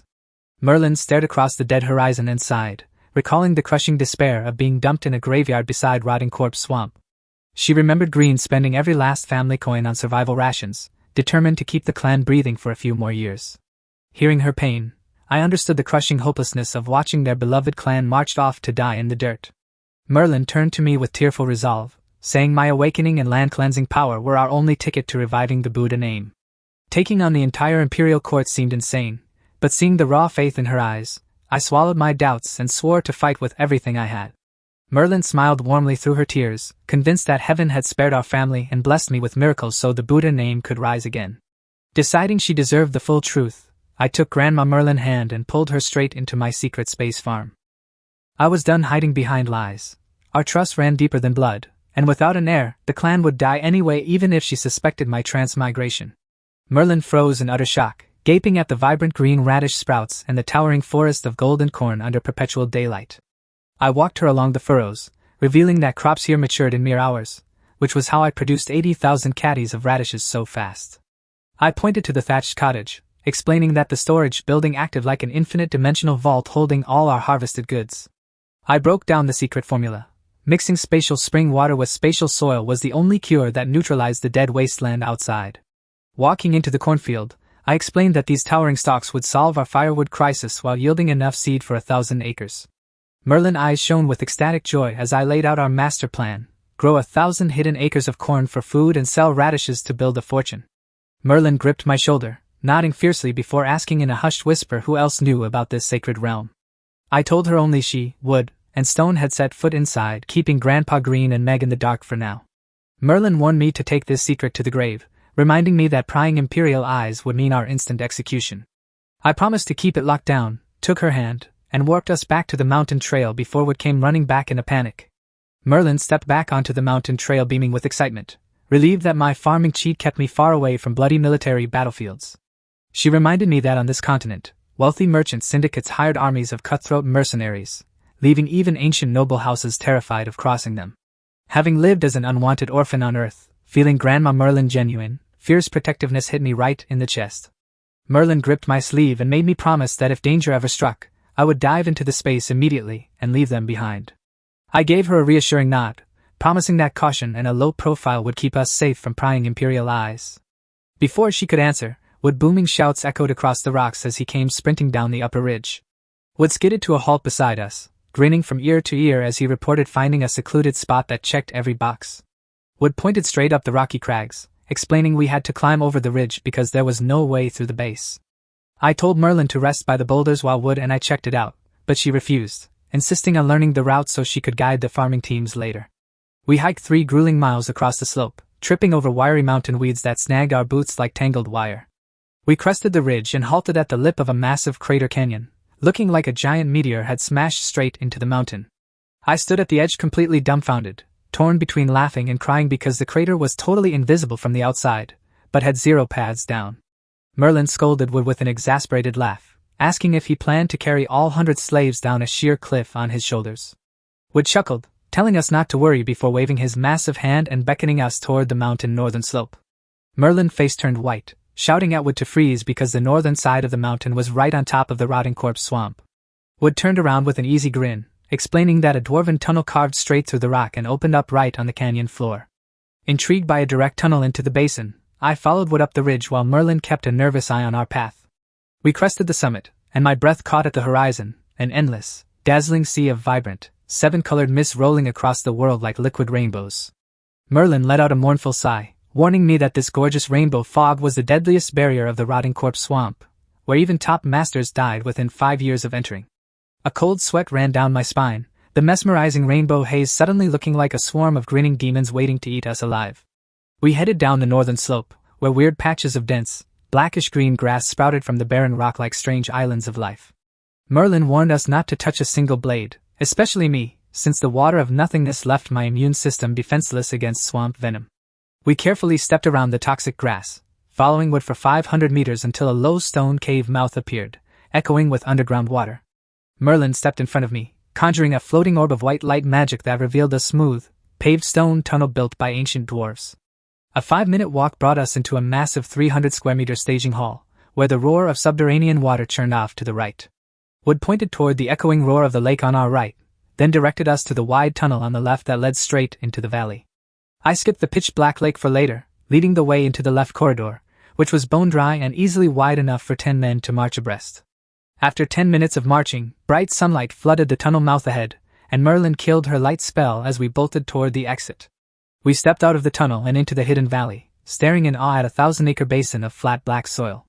In the center sat a 10-meter clear pool, facing another dwarven mine entrance carved into the opposite cliff wall. I marveled at the dwarven miners who had hollowed out an entire mountain range into an interconnected subterranean fortress. I slapped Wood's massive shoulder, praising him and asking how on earth he stumbled across this secret passage. Wood chuckled and explained he leaped down the sheer cliff, checked the flooded opposite cave, and followed our dry tunnel right out. Merlin scouted the circular basin, confirming the flat, rock-free floor was an ideal hidden agricultural haven. I noted the central pool and subterranean cavern lakes would make irrigating our crops effortless. Wood smiled and asked if I noticed anything unique about the valley around us. I glanced around at the cliffs and black dirt, shaking my head in confusion since everything looked normal to me. Wood pointed out the warm microclimate and tall, seeded wild grasses growing lushly along the cliff walls. Wood deduced that being shielded from freezing winds meant we could grow crops in this greenhouse valley all year round. Inspecting the cliffside grasses, I verified his deduction, while wondering why a mountain basin had wasteland black soil. Merlin praised Wood in astonishment, wondering when our quiet, simple retainer had become so observant. Wood and I froze in surprise, remembering how slow and tongue-tied he used to be before. Wood scratched his head in silent wonder, realizing his thoughts had felt sharper and crystal clear ever since stepping into my spatial farm. Merlin reached out to sense the air, noting active water mana and steady warmth that made this secluded basin absolute prime farmland. I complained about having to cleanse toxic black soil instead of regular dirt, but Merlin laughed and told me not to get greedy. I pointed out a major snag: hiking slaves back and forth across the mountain every day would eat up all their working hours. Merlin smiled, reminding me that if the subterranean lake linked to the fortress caverns, we could ferry workers and cargo by boat in minutes. Convinced by her plan, I called up the spatial portal and cleansed the first 10-acre plot of basin dirt on the spot. Merlin and Wood watched in awe as the grayish spatial mist dissolved the oily black crust into rich, fertile loam. Looking at the fresh soil, I sighed that it was a shame we had no boat to test the water shortcut back to the fortress. Merlin chuckled, reminding me that an 8th-rank water archmage could ferry us across the lake currents without needing a wooden hull. I laughed at my own modern blind spot, realizing my earth brain kept forgetting how absurdly convenient high-tier magic could be. Knowing Meg and Stone had their hands full with 100 slaves, we turned back toward the tunnel to test the water passage home. We followed the echoing roar of water deep into the stone passage, arriving 15 minutes later at the shore of a vast subterranean lake. Standing on a mossy stone ramp 3 meters above the dark surface, we stared into an endless underground sea stretching into the shadows. Looking at the black water, I asked Merlin if walking across the surface was truly safe if a hungry demonic beast was lurking underneath. Merlin gave a fearless smile, guaranteeing our absolute safety while Wood held my arm with rock-solid balance on the slippery ramp. Merlin closed her eyes and began chanting a low water incantation while Wood and I stood by the shore. A bright aquamarine barrier flared up around us just as a heavy wall of lake water surged into the air. Before I could even brace myself, the rising swell pulled all 3 of us straight into the lake. We were gliding across the surface inside a transparent blue sphere, supported and propelled by a rising fountain. This was only the second time I had ever witnessed actual magic. The first time was just a basic light orb and a floating water ball back in the bedroom. Gliding across open water while carrying 3 people beat every wuxia legend I had ever read on Earth. Wood did not even blink. To him, watching an 8th-rank water mage bend the elements was just an ordinary Tuesday. Taking on an 8th-rank water mage on an open lake is pretty much a death sentence for anyone. Merlin looked completely relaxed, ready to turn any aquatic monster into paste without breaking a sweat. What took us over 3 hours on foot took barely 30 minutes by water before the cavern entrance appeared ahead.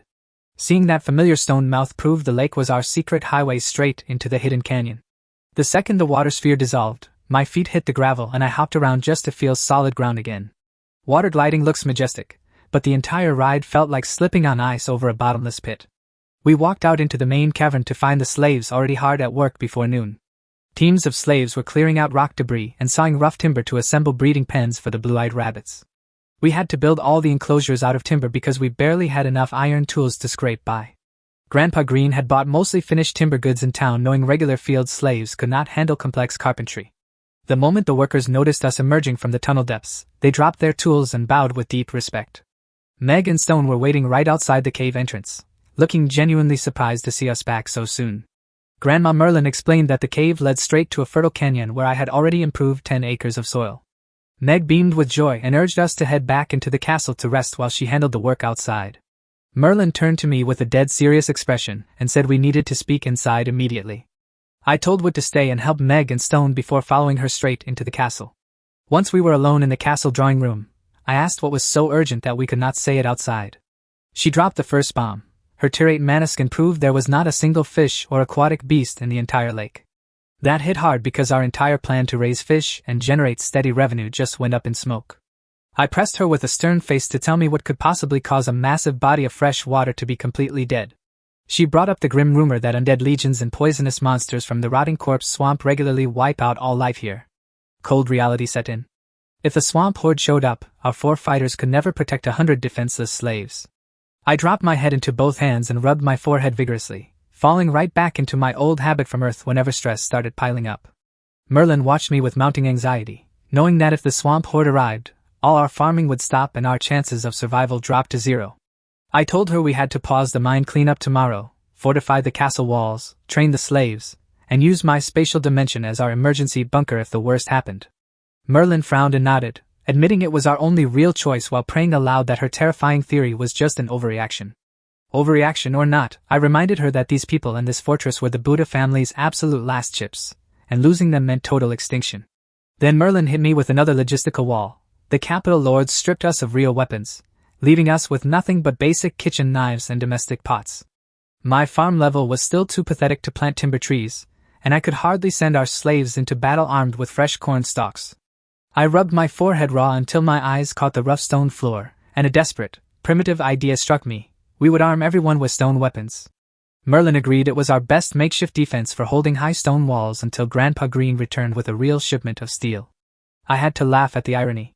I transmigrated with a magical spatial farm only to regress straight back into the Stone Age. It became crystal clear that the imperial bastards back in the capital never intended for us to survive here, exiling us completely unarmed right next to a nest of monsters.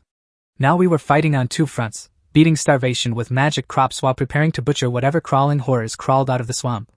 Right in the middle of stressing over our lack of weapons, a mechanical chime echoed in my mind announcing that the corn was ripe. I snapped back to reality, turned to Merlin, and asked if she wanted to come along to the spatial farm to harvest it. Unlike the twin giants, Merlin was an elder I genuinely respected, so I made sure to get her permission before pulling her through the void. She nodded with obvious excitement, and with a single thought, both of us stepped right into the spatial farm.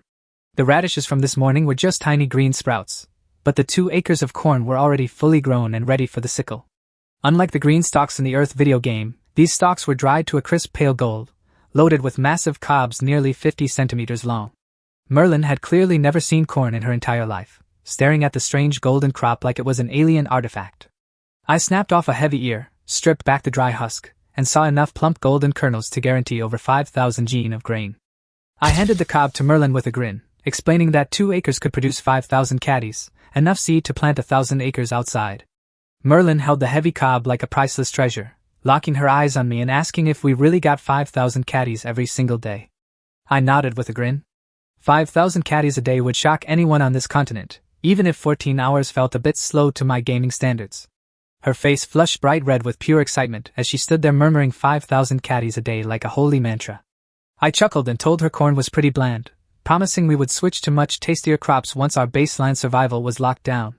Merlin snapped right out of her daze and panicked, frantically waving her hands and insisting we never plant anything else ever again. I laughed out loud at her panic and promised her we would stick to corn for now while I sorted out the rest of the farm. She finally calmed down enough to ask if we needed to thresh all this grain by hand. I told her not to worry, stepped forward, and gave the system a layered command to harvest the corn and separate the kernels, stalks, and cobs automatically. Back home we called corn bami, and those dried cobs made incredible kindling for winter stoves. Giving such a complex order was also my test to see if the spatial system would truly obey every detailed command. Merlin froze in total bewilderment as a giant wooden basket marked collect floated into the air and began sweeping through the fields on its own. In seconds, both fields were cleared. I checked the cottage warehouse, saw everything neatly sorted into separate piles, and burst out laughing with pure relief. Merlin rushed over behind me, pointing frantically at the empty fields and asking where on earth all that corn had gone.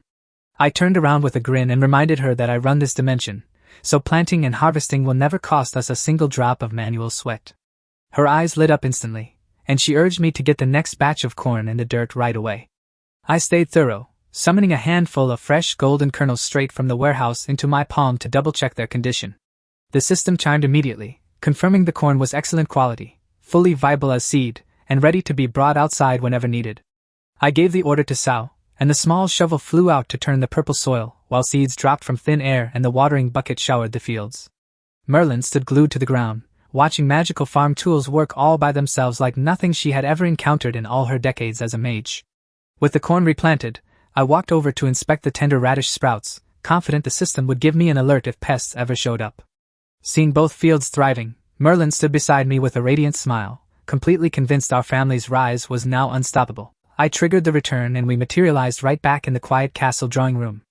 I glanced out the window and told Merlin we needed to pull out those corn stalks and cobs to solve our firewood shortage. Merlin wanted to haul everything straight to the kitchen, but I stopped her because freshly harvested stalks needed serious sun-drying first. We stepped outside and chose the freshly improved soil plot right by the castle walls as our makeshift drying ground.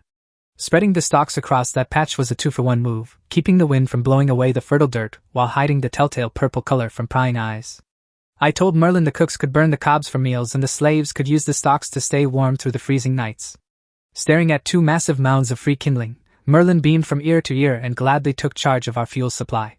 I checked the midday sun, noting Meg would be back for lunch soon before we started quarrying rocks to craft crude stone weapons.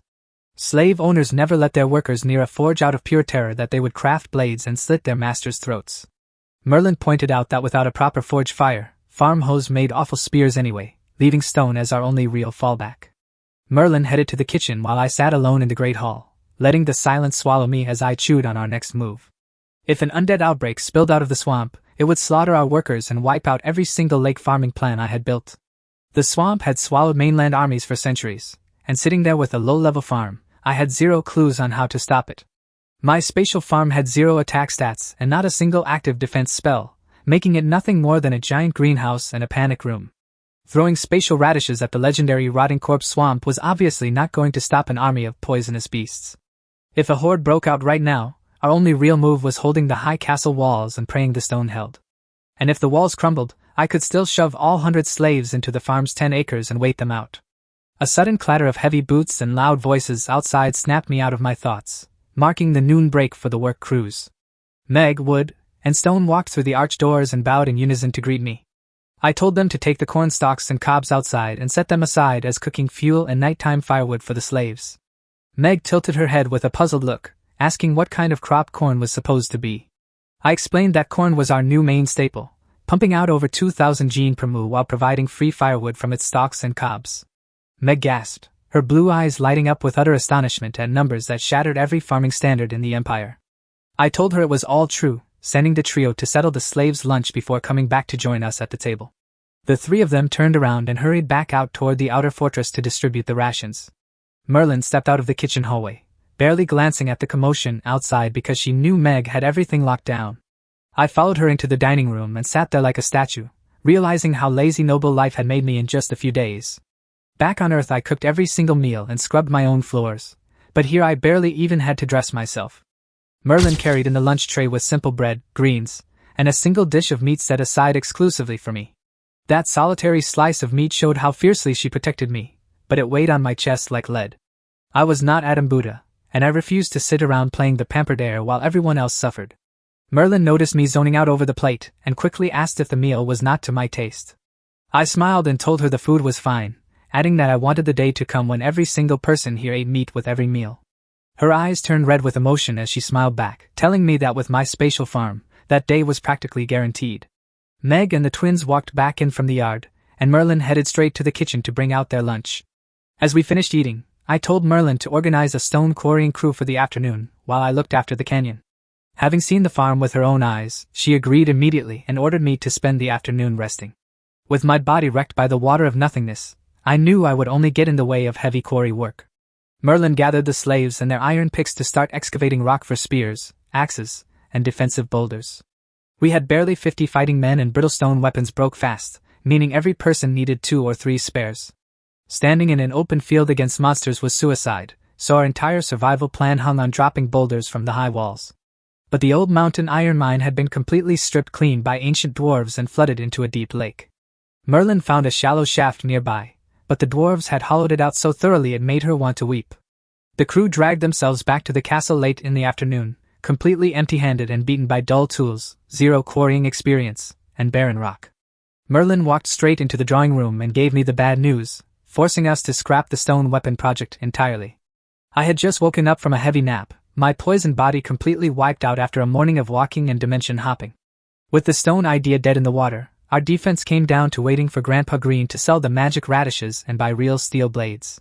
Until Green got back, any swamp invasion meant everyone drops what they are doing and dives straight into the spatial farm. Right as we hit that dead end, the door flew open and Meg bounced into the room with a huge grin on her face. Merlin and I blinked in surprise, and Merlin immediately asked her what had happened. Meg proudly told us that a slave had stepped forward, claiming he could weave wild mountain grass into floor mats, window screens, and sturdy straw sandals. My eyes locked onto her because this was the very first volunteer to step forward for my new freedom policy. Centuries of brutal beatings had beaten every bit of initiative out of these people, making them terrified of speaking up. Changing a broken mindset takes time, and words mean nothing to slaves until they see one of their own actually rewarded. Like the old king who paid a fortune for a dead horse's bones to prove he valued true steeds, I finally had the spark to change our entire world. I bolted out of my chair, shouting for Meg to take me straight to this volunteer right now. I grabbed Meg by the wrist and hauled her toward the hallway without wasting another second. Meg went stiff for half a heartbeat, her eyes lighting up with quiet joy before a deep blush spread across her cheeks. My mind was entirely on the craftsman, so I missed her reaction as Merlin and the giant twins jogged right behind us. We stepped through the inner fort archway and stopped dead, finding a single scrawny girl waiting on the flagstones. I had been picturing a seasoned male carpenter or mason, so seeing a nervous 20-year-old girl threw me completely off balance. She looked barely 20, severely malnourished, with frizzy brown hair and rough, weathered skin from years in the dirt. The moment she saw our shadows, her entire body shook like a leaf and she dropped to her knees in the dust. Meg stepped forward and explained that this was Doe, a 20-year-old worker who came offering to weave mountain grass. Under the Empire's brutal caste laws, slaves were stripped of family names and executed on the spot if they dared use more than a single syllable. I kept my voice calm and told her to lift her head. She raised her chin with trembling lips, keeping her eyes glued to the dirt without daring to meet my gaze. I asked her directly to confirm if her name was Doe. She pressed her forehead right back into the gravel, stammering that yes, she was Doe. I asked where she picked up the skill and how good she really was with wild grass. She stammered out that she was a free commoner 2 years ago and picked up straw weaving at home. She was shaking like a leaf, but her words were clean and organized, proving her commoner roots ran deeper than the slave brand. I gave her the green light to grab some grass and show me what she could do right on the spot. She darted off and came back carrying a damp bundle of mountain grass, having soaked the reeds beforehand so they would bend without snapping. She bowed to apologize for sitting before nobles, then her hands became a blur, plaiting the reeds into a tight mat in minutes. The finished mat was supple, smooth, and honestly looked far better than the bare dirt floors our people were sleeping on. I stood up and declared that her skills earned her freedom as an official commoner of the Buddha family. No more kneeling, an official private room in the fortress, and a monthly salary of 1 silver coin. I topped it off by renaming her Jew Buddha, granting her our clan name so everyone knew she belonged to our house. The whole courtyard went dead silent. Slaves earning wages was already crazy, but a noble surname on a commoner blew their minds. Jew Buddha knelt there trembling violently, clutching her coarse dress as if she were trapped in a dream she never wanted to wake up from. 2 years ago, her family had 5 peaceful acres and an honest stonemason father putting warm bread on the table. Then a sudden swarm of locusts wiped out every single crop, sending grain prices through the roof and starving the entire district. Her father worked himself to the bone until a quarry accident crushed him, forcing them to sell the land and borrow from a loan shark just to pay the doctor. Her father died, an aristocrat claimed the debt to brand them into slavery, and her mother died of grief begging them to earn their freedom back. She had seen other slave girls offered up to wicked nobles for a shot at freedom, only to be tortured to death in dungeon cells. That cruelty taught her to keep her head buried in the dirt, doing whatever it took to keep her little brother alive beside her. They got passed between slave traders like livestock until Grandpa Green bought the whole lot and dragged them out to the black soil wasteland. When I first offered commoner status for special skills, she held her tongue, convinced grass weaving was way too cheap to earn freedom. But after watching us give them hot meals, real bedding, and free firewood, she realized our house was nothing like the monsters of the capital. Then her brother caught a sudden fever, and with his life on the line, she threw caution to the wind and gambled everything on me. She dropped her forehead right back into the gravel, begging me to take back all her silver and titles if I could just save her dying brother. I told her to keep every bit of her reward, promising that her brother-in was getting his commoner status and the Buddha name too. I asked what his symptoms were, and where he was resting so we could treat him on the spot. Tears poured down her face as her mother-dying dream came true, sobbing that her brother-in was lying sick inside their stone hut. I told her that commoners do not kneel in the dirt, ordering her onto her feet to lead us straight to him. She wiped her eyes, stood tall with real commoner pride, and led our whole group through the fortress grounds. She brought us to a tiny 20-square-meter stone hut where 4 slaves shared bare ground covered in dry straw. Her 17-year-old brother was laid out on the straw, his face swollen and stained a nasty bruised blue from creeping poison. I took one look at his discolored skin and turned straight to Grandma Merlin to ask what kind of poison was eating him up. Grandma Merlin explained it was delayed poisoning from brushing against one of those toxic wasteland weeds during morning labor. Seeing how violent the venom looked on a grown man, I immediately asked if her water magic had a cure. She told me not to worry, whispered a soft incantation, and pressed a glowing orb of pure blue mana right against his chest. The soothing blue light flooded through his veins, forcing a foul dark haze out of his pores until the nasty purple bruising completely vanished. Watching Hiter magic double as a medical detox clinic proved once again that this world had pushed its elemental craft to the absolute limit. Merlin checked his steady pulse, smiled, and told us he just needed a solid night of sleep to be back on his feet tomorrow morning. I told Merlin to set up a private room in the inner fort with proper furniture for the siblings, then head carrying out of the slums. I brought Jew Buddha straight to our dinner table tonight to show every slave that hard work buys a seat with the masters. She hovered by the dining room door shaking like a leaf, terrified that commoners dining with nobles was some kind of trap. She was bracing for silver platters and fancy noble courses, but her jaw dropped the second Merlin walked out with our dinner. It was just plain bread, hot soup, greens, and a single dish of meat reserved for me. I told her to pull up a chair because carrying the Buddha name meant she was family now. I shot Meg a quick wink, and she immediately guided Ju to a seat with a warm, reassuring smile. Ju knew Meg was a high-ranking household retainer, but Meg had never raised a hand or a harsh word against any worker. Merlin set down the dishes with a kind smile and asked Ju how an honest commoner family ended up in chains. That motherly warmth broke Ju's last defense, and she quietly poured out her family tragic debt and ruin. I cursed the greedy capital nobles under my breath, officially hiring Ju as a salaried servant under Meg wing. Her straw weaving was basic, but rewarding her raw courage gave every single slave a reason to hustle. She kept sneaking sideways glances throughout the meal, stunned that nobles could chew plain bread without complaining. Back in the living room, I ordered wood and stone to carry a proper wooden bed and warm bedding to her quarters.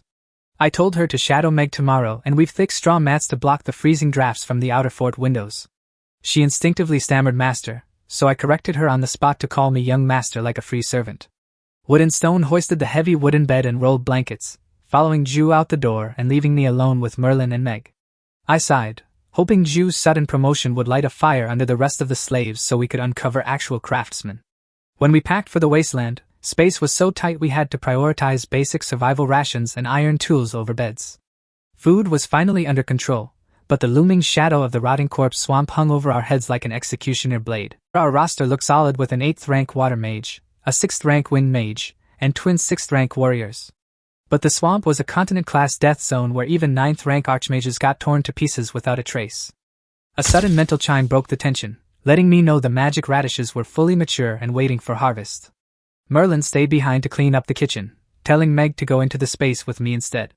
I looked Meg dead in the eye, warning her that this secret realm was our family lifeline and had to stay buried with us. Merlin gave a firm nod, and Meg swore on her life before I gripped her hand and engaged the portal. We stepped onto the purple soil, where rows of translucent white radishes glowed with magic alongside fresh green corn sprouts. I walked her through how the farm worked, then triggered the automated harvest to cleanly strip the roots and bundle the leaves. Watching the tools dance on their own, Meg finally understood why the secret dimension was the Buddha family golden ticket to resurrection. I pulled up the spatial shop and grabbed another bag of radish seeds, noting my gold reserve was down to a pathetic 50 coins. I turned back to Meg, reminding her once more that this realm was our absolute secret, and she swore her loyalty on the spot. A quick mental flick brought us right back to the living room, where the twins were already waiting by the door. I sent everyone off to bed and told Meg to take Ju under her wing first thing in the morning. I walked back to my quarters alone, my head spinning over the 50 gold coins left to my name. Lying in bed, I decided to sell off the spatial radishes for quick cash while keeping all the greens for rabbit feed. The corn was way too versatile to sell, so every single kernel was staying locked in the vault for rations and livestock. I slipped back into the spatial farm alone, finally getting a breath of peace away from watching eyes. I hated dragging people into my private space, but letting Merlin and Meg see it was the only way to keep their faith alive. The Buddha family was hanging by a thread, and without those two veterans in our corner, the house was finished. Every time I shared another piece of the farm, I could see their panic melt into raw confidence. In a wasteland where every morning brings a fresh crisis, losing our morale is a faster death than any monster horde. I opened the spatial shop and sold off 3 seasons of stored radishes, watching 1,500 shiny gold coins flood my wallet. That bumped my total stash to 1,550 gold, enough fuel to run 10 full radish cycles. I thought about saving radish seeds, but unlike corn, the edible part is the root itself, making seed extraction a real headache. Between the tiny seed yield and the spatial shop fees, letting radishes flower for seeds was a complete waste of time compared to corn. Selling them outside was going to bring in serious coin the second Grandpa Green returned with market buyers. Once that cash hits our hands, I will have Green buy every botany book on the continent so I can actually plan what to grow.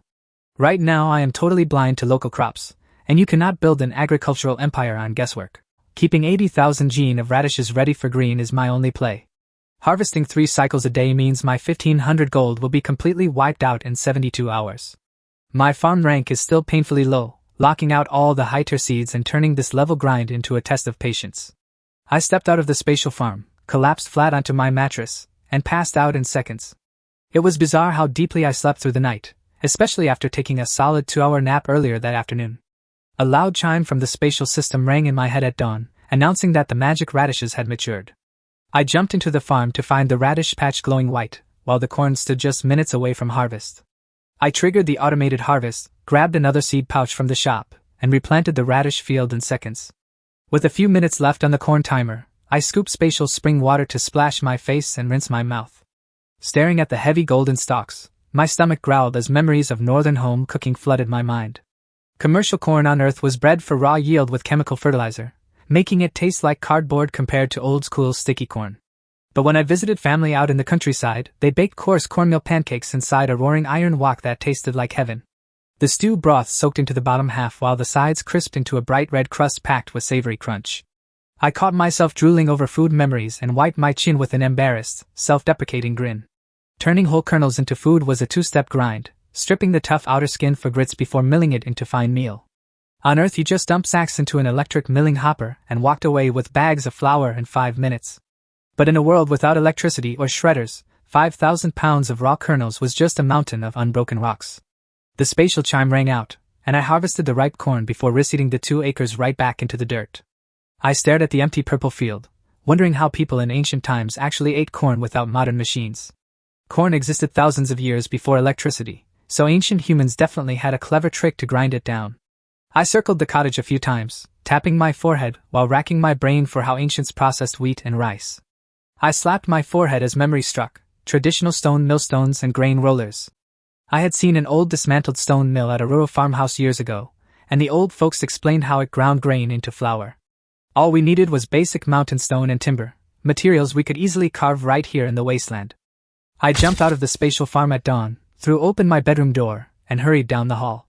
Meg and Ju were walking toward my room carrying polished copper wash basins, freezing in surprise when they saw me awake. I laughed and told them I had already washed, quickly asking Ju if her brother was on his feet. Ju stepped forward with a grateful bow, reporting that and was fully recovered and waiting outside to pay his respects.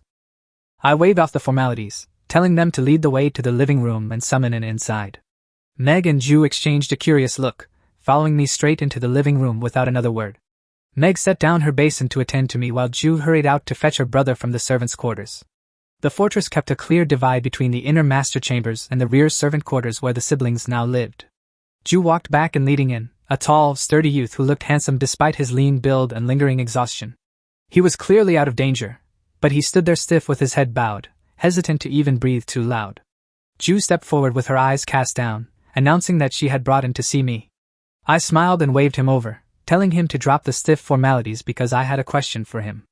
And rushed forward, hit the flagstones on both knees with a loud thud, and slammed his forehead down in gratitude for his life. I told him to stand, pleased that Ju had already trained him to say young master instead of master.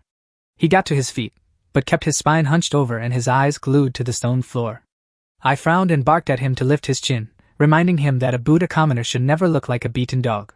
My sudden sharpness scared the life out of both of them, and they dropped straight back onto their knees begging for punishment. I rubbed my temples, ordered them off the floor, and asked him if he knew any actual stonemasonry. And straightened up and confirmed that his father had taught him basic stone carving before he passed away. I told him I would draw up blueprints for 2 tools so he could lead a crew to carve them from mountain granite. And bowed deeply with tense shoulders, accepting the mission that would finally turn our raw harvest into real food. I led the group up to the study Grandpa Green had put together, finding sparse bookshelves, ledgers, and a full desk of writing supplies. The pen collection was wild, featuring feather quills, carved animal bones, metal fountain pens, calligraphy brushes, and charcoal pencils all side by side. Seeing Eastern calligraphy brushes next to Western metal nibs felt like an impossible collision of 2 different worlds. The paper was a major letdown, coming out as stiff, yellow, and rough as industrial cardboard. Adam Head had plenty of memories about booze and courtesans, but the spoiled idiot had never touched a book in his entire life. I grabbed a charcoal pencil and rapidly drew the grooved grinding plates of a millstone and the heavy frame of a grain roller. I handed the sheet to him, and he nodded immediately, recognizing the mechanics from old village rice pounders. I told Meg to pull 40 men and put them under in command so we could mass-produce grinding stones for the entire fortress. With over 100 mouths to feed, a couple of small mills would create an impossible bottleneck at dinner time. I ordered the other 10 men to head up the mountain slopes and harvest every bit of dry wild grass they could find. The women were to learn weaving from Ju and seal every drafty window in the castle with thick straw mats. I told Meg to alert me immediately if any other worker stepped forward with a useful trade. Until we could build proper beds, I instructed the slaves to layer dry corn stalks across their stone floors to ward off crippling chills. Meg nodded, knowing full well that keeping idle hands busy was the only way to hold morale while our projects ramped up. We walked downstairs to the living room just as Merlin stepped out of the kitchen with a hot breakfast. I laid out the stone mill and mat weaving projects to Merlin, and she backed the whole plan without hesitation. Once the bowls were cleared, Meg sent Stone to lead in and 40 workers out to quarry granite boulders.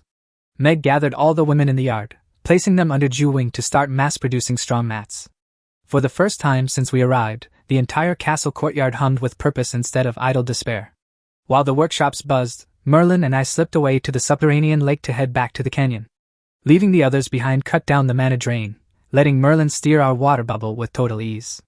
We skimmed across the waves and stepped out onto the sunlit shores of the hidden canyon in minutes. I checked yesterday's 10-acre plot and found the dark purple magical soil holding its rich texture perfectly. I summoned spatial water and earth, transmuting another 10 acres of barren canyon soil into fertile purple ground. Merlin suggested bringing the slaves out tomorrow with hoes to plow the new ground and sow our crops. I shook my head, determined to test if my spatial tools and seeds could do the heavy lifting outside the farm.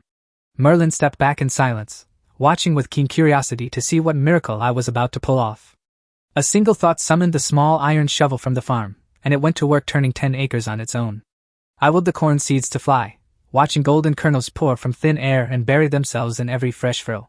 The system worked, but the tools were strictly tethered to the 10-acre zone and could not handle complex maneuvers.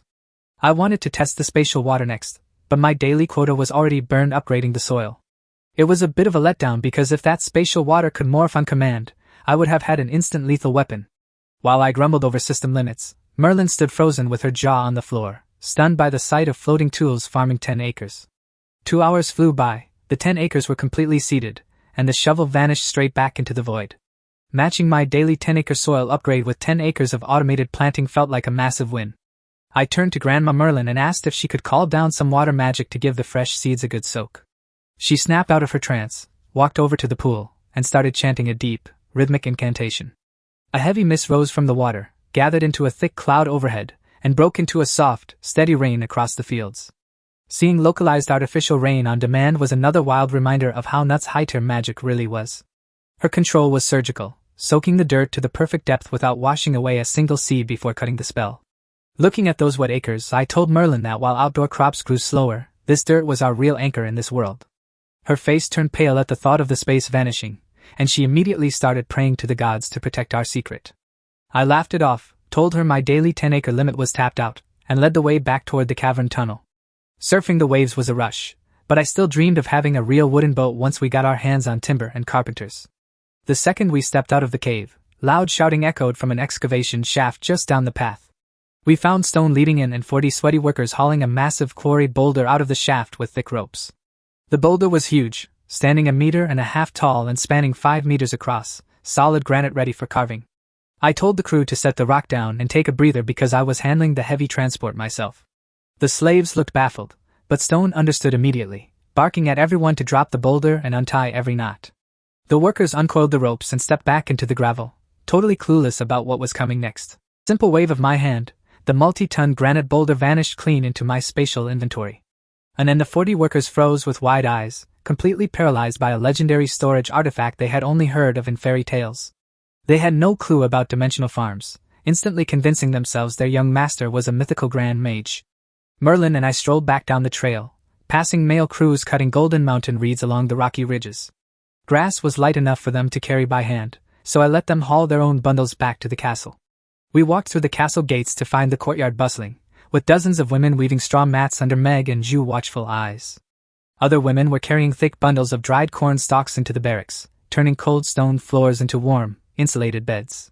Every face in the courtyard carried a genuine smile, glowing with the kind of raw hope you only see in people who suddenly have a future. A grin crept onto my face as I walked over to the outer drying patch to unload the morning harvested corn stalks. I never bothered hiding my spatial tricks from them because every single worker carried our clan brand and was tied to our survival for life. They had seen so many miracles in 3 days that mountains of free kindling appearing out of thin air barely made them blink. I reminded the women to let the damp stalks bake under the sun before laying them out, warning them to keep open flames far away from the straw. They answered with respectful nods instead of hitting the dirt, making me think Meg had finally taught them to drop the cowdowing. I had guessed wrong. Meg was the Grand Retainer daughter, and her noble upbringing kept a natural wall between her and the workers. The real credit belonged to Ju, who carried the same slave scars and knew exactly how to bridge the gap without scaring them. Even with her new private room and commoner title, Ju sat right in the dirt, weaving and laughing like she had never left the ranks. Slaves on this continent were treated worse than stray hounds, with legends of 100 workers slaughtered just to bury a nobleman's dead dog. That deep terror made them distrust anyone connected to nobility, but Ju was one of their own and had their complete trust. As they braided grass, Ju spilled the tea on how approachable I really was, completely blowing the women's minds. She passed along Merlin tip that I hated people kneeling like cattle, and between that and good food, their fear finally cracked. Having grown up on modern Earth, seeing people grovel at my feet was always creepy, so their new backbone was a massive relief. I waved off Meg greeting, walked to an empty corner of the courtyard, and released the 5-meter granite boulder from my inventory. The slaves were lightning fast with the reeds, while Meg sat among them struggling with clumsy fingers. Grandma Merlin had it even worse, practically buried under a mountain of tall grass that blocked her entire view. Seeing her peeking out of all that grass instantly triggered an old Earth legend, Zhuge Liang borrowing arrows with straw boats. That sparked a crazy epiphany. If straw could absorb arrows, why couldn't we weave an entire boat out of mountain grass? I remembered an Earth explorer building a Tatora reed boat to conquer the Pacific, proving grass was plenty seaworthy. I clapped my hands and spun on my heel in pure excitement, realizing straw boats solved our entire canyon bottleneck. Merlin popped her head out of the straw pile looking startled, asking me what on earth had just happened. I caught everyone staring in dead silence, cleared my throat in embarrassment, and ordered Meg and Ju to follow me inside. Merlin hurried over to fetch the girls, knowing from my face that another wild invention was brewing. I paced the living room floor while rubbing my forehead until the sound of hurried footsteps announced their arrival. I waved them over to sit, but centuries of caste rules had them hovering stiffly by the chairs. I sat down first and gestured again, so they finally took their seats while Ju modestly claimed the back corner. I dropped the bomb. Since we had zero timber for wooden ships, we were going to weave our boats out of mountain grass. All 3 of them froze with their mouths open, having never heard of anything so absurd in their lives. Grandma Merlin looked at me with deep skepticism, asking if a bundle of straw could actually stay afloat and carry people. I told them it was basic physics, explaining that binding mountain reeds into tight, compacted bundles traps enough air to float like a cork. I assigned Meg and Ju to take a crew and start experimenting, telling them not to stress if the first couple of boats fell apart. Merlin gave in, figuring that even if the whole project sank, all we wasted was free mountain weeds and cheap twine. I stood up and told Meg to follow me to the study so I could draw her a proper blueprint. I grabbed a charcoal pencil and sketched an ancient reed vessel with a high crescent bow, a wide flat deck, and thick rope lashings. I was running entirely on half-remembered internet photos from Earth, but it was more than enough to give them a solid reference. I handed the blueprint to Meg, telling her to treat it as a rough guide and let the weavers adjust things as they built. Meg headed back to the yard with the plans, leaving me alone in the study staring at the dusty bookshelves. I pulled down a book and breathed a sigh of relief, thanking whatever tutors forced Adam to learn how to read before he ruined himself. The spoken language on this continent sounded like accented Chinese, but the written script was completely alien and would have left me illiterate. The shelves were a total grab bag of obscure field notes, religious histories, military essays, and combat manuals. I cracked open a thick history tome, but 2 pages of convoluted god myths and church scripture gave me an instant migraine. I tossed the holy nonsense aside and picked up an old travel journal that looked like a personal field diary. It was packed with gritty mainland folklore, local trade customs, and beast sightings, hooking me so hard I completely lost track of time. Merlin came up the stairs to check on me, stopping at the open door with a fond smile when she found me buried in a book. Merlin stood by the open door in total shock, remembering how Adam used to scream and cry whenever a tutor forced a book in front of him. Even with my sudden change in personality over the last few days, she assumed I still hated the sight of written pages. She had no idea that back on Earth I was a total recluse whose entire life revolved around reading everything I could get my hands on. The only reason I had not touched a book until now was because staying alive in this toxic wasteland took up every waking second. I was so deep in the Explorer travel journal that I did not even hear Merlin approach, devouring every gritty scrap of continental lore. Adam had lived in a spoiled bubble, leaving me in the dark about a massive mainland split across 5 giant empires and 32 smaller kingdoms. Our fief sat under the Achaeus Empire, coexisting with the Rosen Empire, the Lion Empire, the Futa Empire, and the maritime Bibo dynasty. The black soil wasteland was just an abandoned graveyard to the world, but right behind Iron Mountain lurked the rotting corpse swamp. The swamp was only the first of 5 continental death zones, sharing the nightmare tier with the monster kingdom of Mount Aklaya. Then came the extreme northern ice plains, a sub-zero freezer where only specialized frost beasts could draw a breath. Miles south of the Bibo dynasty sat Flame Island, an erupting volcanic hellscape where the ground literally burns. The 5th was the Demon Abyss, a dimensional rift whispering of the underworld and spitting out nightmare horrors never seen in nature. What made our neighbor Rotting Corpse Swamp so uniquely foul was that every single crawling bug, beast, and undead was packed with lethal venom. Adam had forgotten almost all of this, making this travelogue a goldmine for catching me up on the world. Magic, battle-chi, elves, dragons, and dwarves. I had landed straight inside a classic web novel checklist. Seeing Merlin water 10 full acres with a single casual spell made me realize keeping a low profile was my only sane move. I set the journal down on the desk, my old speed-reading habit letting me chew through 50 pages in no time. The notes shattered common fantasy tropes, explaining that high-tier mages cast low-level spells instantly, making close-range ambushes a death sentence. Warriors were just as terrifying at a distance, trained to put javelins and heavy arrows straight through armor before a fight even started. I pushed back from the chair and took a heavy breath, humbled by how easily the real monsters of this world could crush me. I walked over to the stone window, running my thumb over the stiff yellow paper panes that commoners used instead of rare, expensive glass. I pushed the frame open to let the cold breeze in, looking down from the 3rd floor at the busy courtyards below. Scanning the weaving circles in the front yard, I noticed Meg was missing and figured she had already gone to gather materials for the straw boats. Watching the slaves laugh and hustle gave me a bitter smirk, knowing they had no clue about the nightmare swamp sitting right on our doorstep. My gut burned with frustration at my poisoned body, knowing that if a horde hit us today, my only real defense was hiding everyone in the dirt. A sharp knock on the timber door startled me as Merlin called out that it was time for lunch. I pulled the door open to find Merlin chuckling to herself with a beaming smile, leaving me totally baffled as to what was so funny. She brushed off my questions with a knowing laugh and steered me down the stone spiral staircase to the dining hall. We walked into the dining room where Meg, the twins, Ju, and In were standing ready around the table. I took my seat and told Wood to pull a crew of male slaves to cut mountain reeds in bulk so Meg and Ju had enough grass for the boats. I told Stone to back up and at the quarry, stacking all the cut rock in one spot so I could haul it in bulk. I warned him not to rush the quarrying, making it clear that a broken arm was not worth a few extra boulders. I turned to Ju, telling her to finish teaching the weavers before teaming up with Meg to build 10-person straw boats. I pitched the idea of building a mountaintop watchtower so we could spot any toxic horrors crawling out of Rotting Corpse Swamp. Merlin loved the sentry post idea, telling me she would handle the crew herself before urging me to go back to my books. Her push to make me study caught me off guard, but I promised to dive back into the library once our projects were moving. Meg and the twins sat there frozen, remembering the days when Adam would rather jump out a window than touch a single page. We cleared our plates in record time, and I took off straight for the third-floor study to get back to my reading. Merlin watched me sprint up the stairs with pure pride, knowing high scholars held immense power and respect across every empire.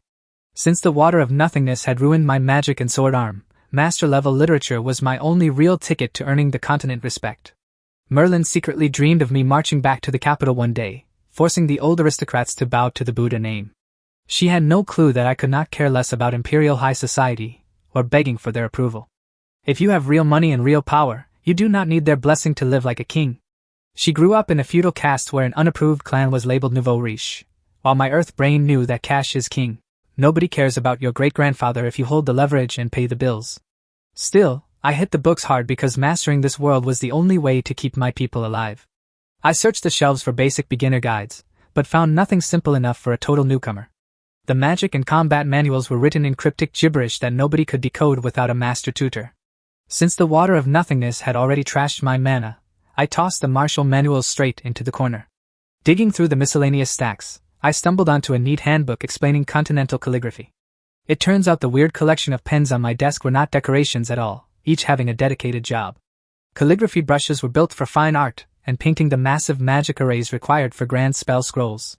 Feather quills delivered the hairline precision needed to cram complex enchantments onto compact travel scrolls. The metal fountain pens were great for ledgers, but useless for scrolls because normal metal ruins mana flow. Charcoal pencils were the alchemist's best friend, dedicated to drafting blueprints and rapid mechanical schematics. Seeing how every pen had its own specific purpose made me appreciate the thought put into setting up this study. The journal mentioned that even the highest aristocrats still used brushed pens for signatures as a flex of high status. Back on Earth, I always dreamed of learning traditional calligraphy, so finding real brushwork here was an awesome surprise. With an entire territory fighting for survival every single day, practicing fancy brush strokes was a luxury I could not afford. A sudden banging on the heavy timber door shook me out of my reading around 2 in the afternoon. Stone called through the wood, letting me know the quarry crew had cut several big rocks ready for transport. I shut the book, threw the door open, and followed Stone down the stone corridor. As we walked, I asked if and was still digging in the exact same cave as this morning. Stone nodded, explaining that and picked that cave because its non-ore granite was soft enough to carve easily into grinding discs. I reminded him to keep a tight leash on the crew, because losing even one worker would hurt our tiny territory. Stone agreed completely, noting that the rush of freedom had made the slaves a little too eager to take reckless chances. We stepped into the outer yard where the women were still braiding straw mats, but Meg and Ju were nowhere to be found.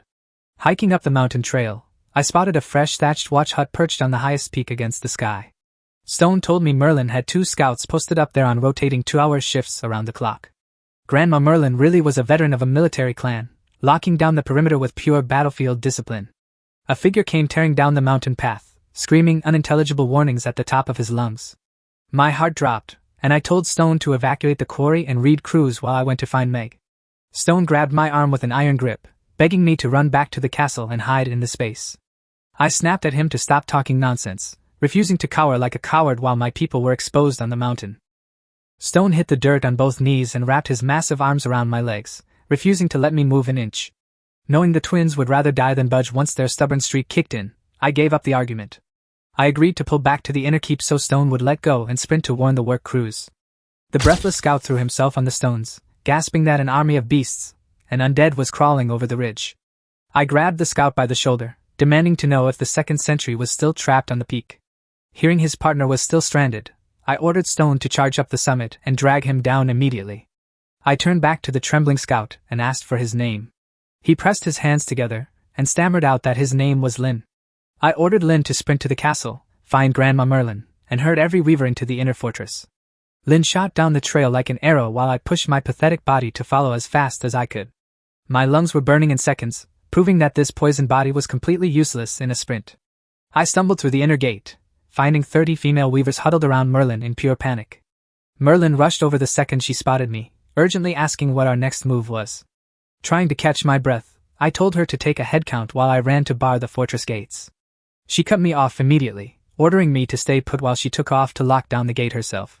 Watching her sprint off, I accepted that my weak body made me far more useful coordinating from the back. I turned to Lin and the 30 terrified women, ordering everyone to fall into a straight line. The slaves snapped into formation within seconds, showing a level of discipline that blew my expectations out of the water. I figured uneducated slaves would struggle to follow basic drill commands, but they snapped into 2 flawless rows faster than schoolkids. Lin stood awkwardly off to the side by himself, being the only guy in the yard while the rest of the men were scattered on the mountain. Their lightning-fast discipline caught me completely off guard, leaving me blinking at the ranks in silent confusion. I had no idea slavers drilled rigid factional obedience into these people from childhood until forming ranks became pure reflex. Every single day of their lives began and ended with mandatory roll calls so their captors could spot runaways instantly. I shook off my surprise, knowing we had 0 time to waste, and shouted for them to sound off their numbers. They counted off down the line in rapid succession until the final girl barked 34. 34 women plus Lin locked our current yard headcount at 35 souls.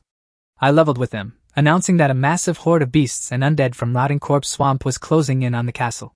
Pure terror hit their faces because while human raiders keep slaves alive for market, monsters and corpses devour everyone equally. Ju sprinted through the archway leading the rest of the female workers, bringing our female headcount to an even 50. With the women secured, I figured Meg was holding the front gate to guide Wood and the quarry men inside. I stayed put in the inner courtyard, knowing my weak body would only get in Grandma Merlin way at the front line. I put Ju in charge of keeping everyone calm while I turned to run inside and secure our stockpile. I took off into the keep, heading straight for the underground vault where Green had stashed all our survival gear. The underground warehouse was massive, and I spent several minutes vacuuming every crate of food, spare clothes, and iron tools into my spatial storage. Next I bolted up the stairs to the study, determined to rescue the books before anything got shredded. With infinite capacity in my spatial pocket, I packed every book, scroll, table, and chair in the room. I left the bulky winter bedding stacked in the cellar for now since warm weather was on our side. Grandma Merlin's voice echoed up the stairs, shouting that every outside crew was safely through the gates. I ran downstairs to find Wood, Stone, and the quarry men, and Meg standing in the yard with the gates barred shut. I walked up to Merlin and asked if she had verified the headcount herself. She confirmed everyone was inside and urged me to jump into the spatial farm right away. I shook my head, refusing to hide blindly until I climbed the battlements to see these toxic beasts with my own eyes. If the horde was small, we could crush them from the walls, and if it was overwhelming, we could bail into the space in a heartbeat. Merlin paused and agreed, totally confident that her 8th rank water magic could wipe out any minor pack. I told Ju and in to keep the slaves in formation, then led my inner circle straight toward the outer walls. Merlin, Meg, and the twin giants boxed me in like an armored convoy as we climbed the battlements. We crested the wall and froze, terrified to find the monster vanguard already pouring down to the base of the mountain. Leading the charge were over 1,000 giant 3-meter rats, covered in greasy green fur with thick scaly claws. Standing out among the pack were massive 2-meter-tall rat alphas boasting shimmering 7-colored fur, sending a cold shiver straight down my spine. Right on their tails came a crawling sea of venomous serpents, spearheaded by 1-meter-thick multicolored pythons that hissed with foul acid. Behind the vipers crawled a horrifying horde of oversized insects, featuring 2-meter-tall armored spiders and lightning-fast toxic creepers darting between the rocks. My stomach churned seeing how every single creature was coated in violent neon colors, advertising enough lethal poison to wipe out an army. The giant rats reached the moat and dove straight into the water, turning the clear moat into a sludgy emerald-green acid bath in seconds. It finally clicked why the castle moat had 0 fish. Living creatures could never survive in a ditch used as a toxic rat bath. Merlin stepped up to my side and told me flatly to turn around, warning that this swarm was far beyond anything we could fight. Giant armored swamp crocodiles with neon scales emerged next, lumbering between clusters of moving, clattering skeletons. Hundreds of animated human and beast bones came rattling down the mountain slopes, multiplying into an unstoppable army of the dead. Merlin grabbed my arm in total panic and hauled me toward the battlement stairs. The afternoon sun vanished as a black cloud of flying poisonous insects and giant predatory birds blotted out the sky above our heads. Seeing the aerial swarm, I yelled for everyone to run for the inner keep before the flying horrors dove straight into the courtyard. Merlin screamed at Wood to sprint ahead and herd every slave into the stone huts immediately. Wood flared with golden yellow earth battle chi, rocketing down the wall stairs at explosive speed. Stone hoisted me onto his broad back, locking his powerful warrior battle chi around us so I did not bounce off during the dead sprint. Merlin flared with brilliant blue water mana, keeping pace right beside Stone without falling behind a single step.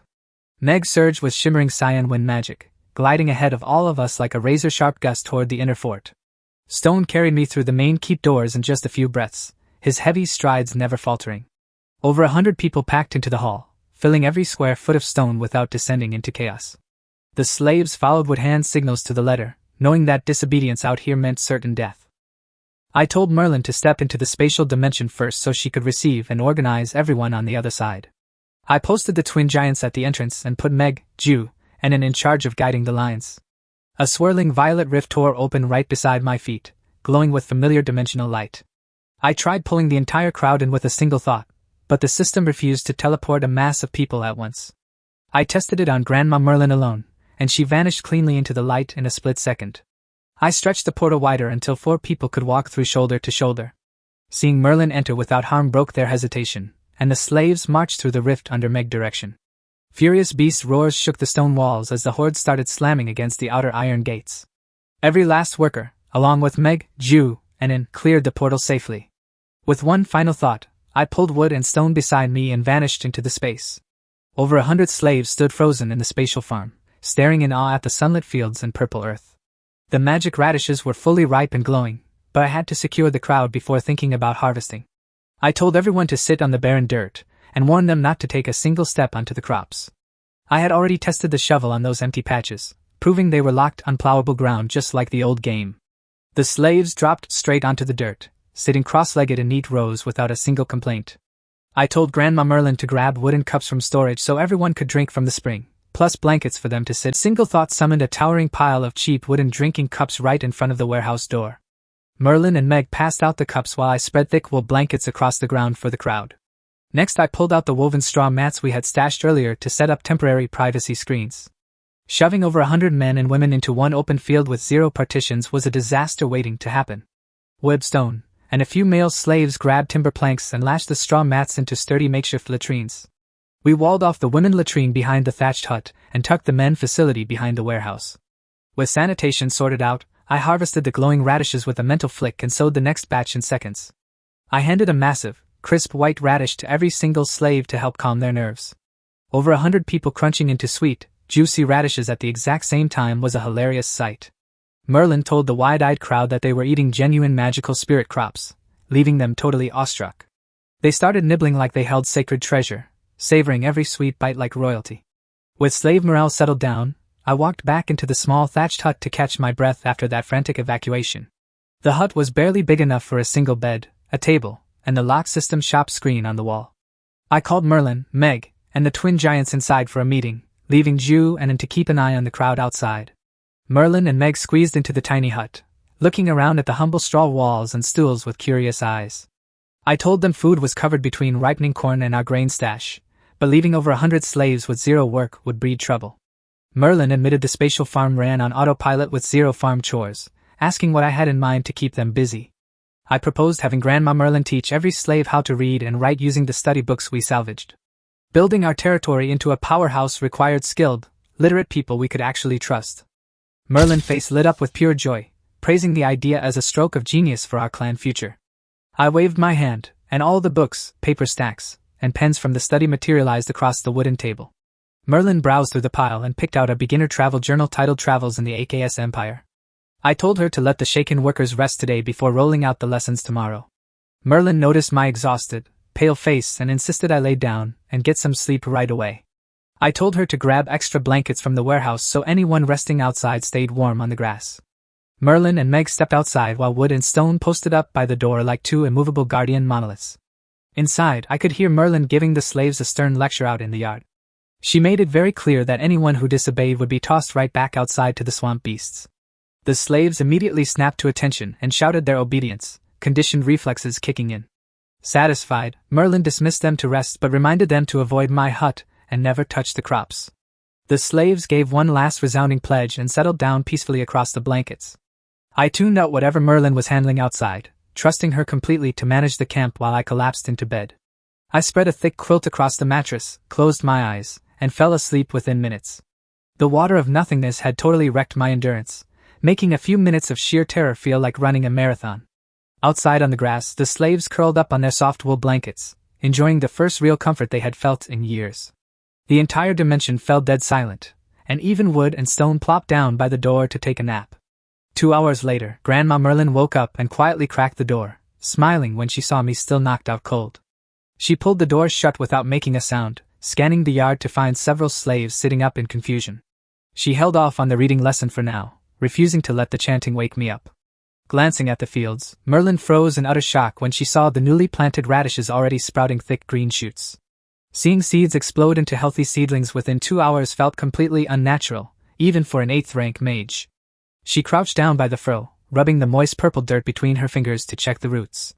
Meg hurried over and squatted beside her, whispering in disbelief about how effortless it was to grow rare magic vegetables here. Merlin smiled, admitting that while I had warned her about fast growth cycles, this speed blew past all her expectations. I walked up behind them with a grin, explaining that basic radishes were bottom-tier crops that fully ripened in 8 hours flat. They spun around in surprise, and Merlin jumped to her feet asking if I was dead serious about an 8-hour harvest. Merlin stood there frozen, asking me again if these magic radishes really matured in 8 hours flat. I nodded and pointed toward the adjacent plot, where rows of dark green corn stalks were already pushing out thick ears. I explained that corn was higher-tier produce, taking 14 full hours from seed to harvest. Merlin and Meg stared at the lush corn stalks, amazed by how thick and healthy the dark green leaves looked. With plenty of food inside, I suggested staying put for a few days so we didn't run straight into the swamp beasts outside. Merlin agreed, pointing out that with dry weather, warm blankets, and endless food, camping here was no problem at all. I glanced over at the slaves who had stood up to bow respectfully, letting out a soft sigh at their hardships. I told Merlin to prep the reading lesson while Wood and I went to build field stoves to feed the crowd. Feeding over 100 people was no joke, meaning we needed at least 10 separate military stoves running at once. Merlin stopped me immediately, insisting that manual digging was work for the slaves, not the master of the house, knowing that if the slaves saw their lord digging dirt while they sat around, they would be too terrified to learn a single word. Merlin mobilized a work crew, and I pulled iron shovels and pickaxes out of the warehouse for them to start digging. The crew built 10 field stoves in record time, setting up heavy iron army pots with sturdy tripod bases. Green had bought those portable army pots specifically for overland travel and slave work sites, saving us a ton of hassle. The stoves were ready to go, but we had to wait on the corn harvest since burning our scarce timber stash was out of the question. Merlin jumped up and asked if I was actually being serious about an 8-hour harvest. I pointed toward the adjacent plot, where thick corn stalks were already pushing out heavy ears. I told them corn was higher-tier produce, taking 14 full hours from seed to maturity. Merlin and Meg touched the broad leaves, marveling at how healthy and near-black the green foliage looked. With plenty of food inside, I suggested staying put for a few days to avoid the swamp beasts outside. Merlin agreed, pointing out that warm blankets, dry weather, and steady crops made camping here easy. I looked at the slaves who had stood up to bow, letting out a soft sigh at what they had endured. I told Merlin to prep the reading lesson while Wood and I went to build field stoves for dinner. Feeding over 100 people meant we needed at least 10 separate military stoves running at once. Merlin cut me off immediately, insisting that manual digging was work for slaves, not the master of the house, knowing that if the slaves watched me dig dirt, they would be too terrified to learn a single word. Merlin mobilized a work crew, and I pulled iron shovels and pickaxes out of the warehouse for them. The crew dug 10 field stoves in record time, mounting heavy iron army pots over each pit. Green had prepared those portable army pots specifically for slave camps, saving us a massive headache. The stoves were ready, but we had to wait for the corn harvest since burning our scarce lumber stash was out of the question. I spread a thick quilt from the warehouse across the mattress, closed my eyes, and fell asleep within minutes. The water of nothingness has left this body physically incapable of handling exertion, so the day tension wrecked me. Outside, the slaves also rested, enjoying the rare comfort of soft wool blankets spread on the grass. The entire dimension fell silent as wood and stone napped by the doorframe like peaceful guardian door gods. Merlin woke after 2 hours and peeked into the hut, smiling when she saw I was sound asleep. She pulled the door shut without making a sound and scanned the clearing to find several slaves sitting up in confusion. Glancing at the fields, Merlin froze in complete shock when she saw the newly resown radishes already sprouting thick green shoots. Seeds exploding into healthy seedlings within 2 hours felt completely unnatural, even for an 8th-rank mage. She crouched by the furrow, gently rubbing the moist purple dirt with experienced fingers to check the roots. Meg hurried over and squatted beside her, whispering in utter disbelief about how effortless it was to cultivate these rare magic vegetables. I checked out of the outside drama, trusting Merlin and just wanting a good night's sleep. The water of nothingness has left this body physically incapable of handling exertion, so the day's tension wrecked me. The entire dimension fell silent as wood and stone napped by the doorway like peaceful guardian door gods. 2 hours later, Grandma Merlin woke up and quietly cracked the door, smiling when she saw I was sound asleep. Glancing at the fields, Merlin froze in utter shock when she saw the newly rhizomed radishes already sprouting thick green shoots. She crouched down by the furrow, rubbing the moist purple dirt with experienced fingers to check the roots. Every plank of timber we owned was irreplaceable until Green returned with fresh supplies, so burning building wood for soup was completely off the table. I told Grandma Merlin the corn would take another 2 hours to ripen, so she could start teaching the crowd to read while I headed inside to rest. Merlin stepped in front of the seated workers, announcing that lunch would be ready in 2 hours and that reading lessons were starting right now. The entire yard erupted into stunned whispers, because on this continent, teaching a slave to read was completely unheard of. Merlin barked a single command for silence, and the crowd clamped their mouths shut in an instant. She revealed that our clan was different, and that any slave who studied hard and mastered reading would be granted full freedom as a commoner. The workers nearly lost their minds with excitement, feeling like they had just been handed a winning lottery ticket out of nowhere. Merlin set the bar at 10 simple characters for the first 2 hours, demanding that everyone learn to read and write every single stroke. Without a blackboard, she dipped a brush in dark ink and painted one massive, bold character across each sheet of white paper. She held the giant paper high, pronouncing the word clearly while demonstrating every stroke order for the rows of students. Meg watched Ju and studying passionately from the front row, seizing the first real educational opportunity of their lives. Meg remembered the spoiled imperial noble kids who treated elite schooling like torture, skipping classes and whining all day. Seeing these slaves desperately scratch characters into the dirt with their bare fingers moved Meg to her core. Wood and Stone leaned against the fence, completely humbled as they watched the intense study session unfold. The twins recalled their own childhood lessons with young Adam, remembering how they had groaned and fought through every single word. The twins looked down at their boots in embarrassment, comparing their old laziness to how hard these slaves were fighting for every single stroke. Merlin watched the room come alive, seeing a hunger in their eyes that proved they were absorbing every word like parched soil drinking rain. It hit her just how brilliant my plan was, knowing that turning illiterate laborers into educated retainers would give the Buddha clan real staying power. She poured everything she had into teaching, determined to mold these people into the backbone of our new empire. The spatial farm echoed with the rhythmic chanting of over 100 voices sounding out their very first words. They spent every spare second scratching runes into the fine dirt, treating each clumsy stroke like gold. While a monster horde tore apart the castle outside, a brand new foundation was quietly taking root inside my pocket dimension. I tuned out the reading lesson in the yard, knowing an 8th rank grand mage like Grandma Merlin had plenty of experience running a classroom. She used to train elite apprentice mages back in the AKS Empire, before they all fell in battle alongside Adam Father. What really gave me a headache was figuring out how to feed over 100 people without choking our tiny dimension in smoke. The ripe corn gave us plenty of stock firewood, but burning 10 stoves in an enclosed pocket dimension could turn the air toxic. We could not keep feeding them raw radishes every day, so we had to light the stoves and deal with the smoke later. On top of that, I had no clue if those swamp monsters were currently leveling our stone castle to the ground. If the fortress was flattened, we would have nowhere to sleep the moment we stepped back outside. Unable to pace around any longer, I walked over to the black screen mounted by the bedside. I tried whispering open, but the glass stayed pitch black without a flicker of power. With no power switch in sight, I pressed my palm flat against the cold glass. The monitor flared to life, filling the screen with bright icons for tools, shops, and storage. I was surprised by how cluttered the menu had become compared to my very first visit. Since I could trigger farm chores with pure thought, this physical screen had always felt pretty pointless. I was about to swipe the display off when an icon shaped like a modern webcam stopped me dead in my tracks. Seeing a modern Earth webcam logo on a fantasy screen felt completely ridiculous. Curiosity got the better of me, and I tapped the camera icon with my index finger. A sharp beam of white light shot straight out of the glass and hit me right between the eyes. A flood of raw manual data hit my brain at once, forcing me to drop onto the bed and squeeze my eyes shut. After digesting the mental dump, I grumbled at how overly wordy the interface manual was for a simple security camera. The surveillance feature mapped out a 100-meter bubble around the spot where I entered the space, scaling up as the farm leveled. This live feed was a godsend, solving my blind spot about what was happening outside the castle in real time. I sat up, tapped the camera icon again, and the glass transformed into a full 3-dimensional holographic map of the castle. A grid scale locked the 100-meter zone onto the display, with dozens of tiny green dots crawling across the miniature keep. I tapped one of the moving green dots, and the camera zoomed straight down into the main living room of the stone castle. A giant green-furred rat demonic beast filled the screen, sniffing around our ruined parlor with twitching whiskers. Next to the giant rodent sat a pile of splintered wood, which turned out to be our chewed-up living room sofa. I tapped the miniature castle icon in the corner, and the feed snapped right back to the full tactical overview. Knowing the green dots marked living beasts and undead, I tapped the living room sector directly on the floor plan. The feed revealed 2 massive rats gnawing our wooden tables and couches into heaps of fine sawdust.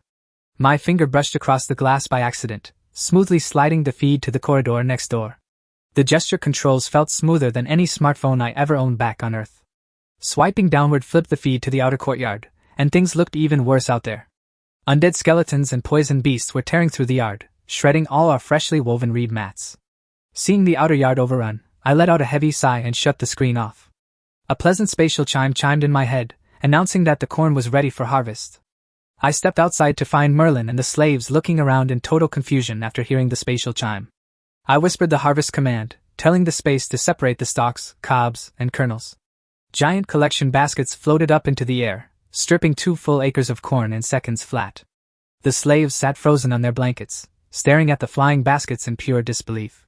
I dumped the dry corn stalks beside the field stoves, pulled out sacks of flour and rice, and replanted the field. Merlin rolled up her lesson sheets and told the crowd it was time to cook lunch. The slaves watched her put away the paper with longing eyes, caring way more about words than a hot meal. I was sick to death of dry travel bread and could not wait to see what Grandma Merlin cooked up. Merlin asked me to summon cured ham, fresh greens, and fruit cooking oil from storage. I handed the sacks of rice and fruit oil to the workers, while Grandma Merlin carried the flour, greens, and cured ham into the thatched hut. I followed Merlin inside and watched her knead the dough with expert speed, realizing right away that she was whipping up scallion pancakes. Pancakes were an all-time favorite of mine back on Earth, but since I could not help worth a dime in the kitchen, I stepped back outside. I stopped dead in my tracks, totally bewildered to see the slaves pouring cooking oil into iron pots and tossing in raw, uncooked dry rice to fry. Watching hard dry rice grains pop and sizzle in a pool of hot grease made my scalp tingle in disbelief. Meg and the retainers looked on without batting an eye, proving that crunchy oil-fried raw rice was standard slave fare across the empire. It hit me just how brutal life was on this continent, where slaves treated greasy hard grains as a luxury treat. Soon the rich aroma of crackling fried rice and golden scallion pancakes filled the air, drifting over the peaceful fields. We sat together across the grass, sharing our very first proper hot meal since escaping the imperial capital. Locked safely inside my dimensional haven, I was more than happy to sit back and let the monster horde outside tire itself out. Watching them drown dry rice in hot grease made me want to pull my hair out, knowing how fluffy and sweet those grains should have been. It dawned on me that people across the continent had zero clue how to cook rice, which explained why it was dumped on slaves as cheap junk food. I spotted a stove that had just been lit without oil yet and shouted for the female slave to freeze right where she stood. The poor girl panicked, dropping straight to her knees in the dirt and begging for punishment like she had committed a crime. I told her she was not in trouble and pulled a large polished copper basin out of storage. I told her to scoop a full basin of rice and wash it thoroughly by the spring until the water ran clean. She ran to the spring, scrubbed the grains with both hands, and dumped the clean, wet rice into the empty iron cauldron. I had her pour 2 full basins of fresh spring water into the pot, followed by an extra bowl to match the strong wood flame. I capped the cauldron with a giant inverted copper basin and told her to keep a steady flame going underneath. Living solo back on Earth made rice cooking second nature, though cooking over an open pit demanded a little extra liquid. Meg and the retainers stared at the bubbling pot like it was an arcane experiment, having only ever seen rice boiled into thin soup. It did not take long before a sweet, mouth-watering steam started hissing out from under the copper lid. 10 workers shared each stove, cherishing their simple wooden bowls, spoons, and cups like absolute treasure. Grandma Merlin stepped out of the thatched hut and waved me over, asking how to turn on the weird kitchen tools inside. I walked inside and froze, stunned to find modern electric cookers and griddles running on completely invisible wiring. Looking at the dough and toppings on the counter, I realized she was putting together a primitive makeshift pizza. I missed authentic home cooking, but I put my cravings aside and showed Grandma Merlin how the electric dials worked. Merlin picked up the controls in seconds, so I left her to her baking and headed back out. The second I cleared the doorway, a rich wave of steamed rice hit my nose and stopped me in my tracks. Meg hurried over with glowing eyes, whispering how amazing the steam smelled compared to anything she had ever encountered. I told her boiling rice in water unlocked its natural sweetness, making it leagues better than frying it into grease. Merlin walked out and praised my bottomless wisdom, which had my ears burning red with embarrassment.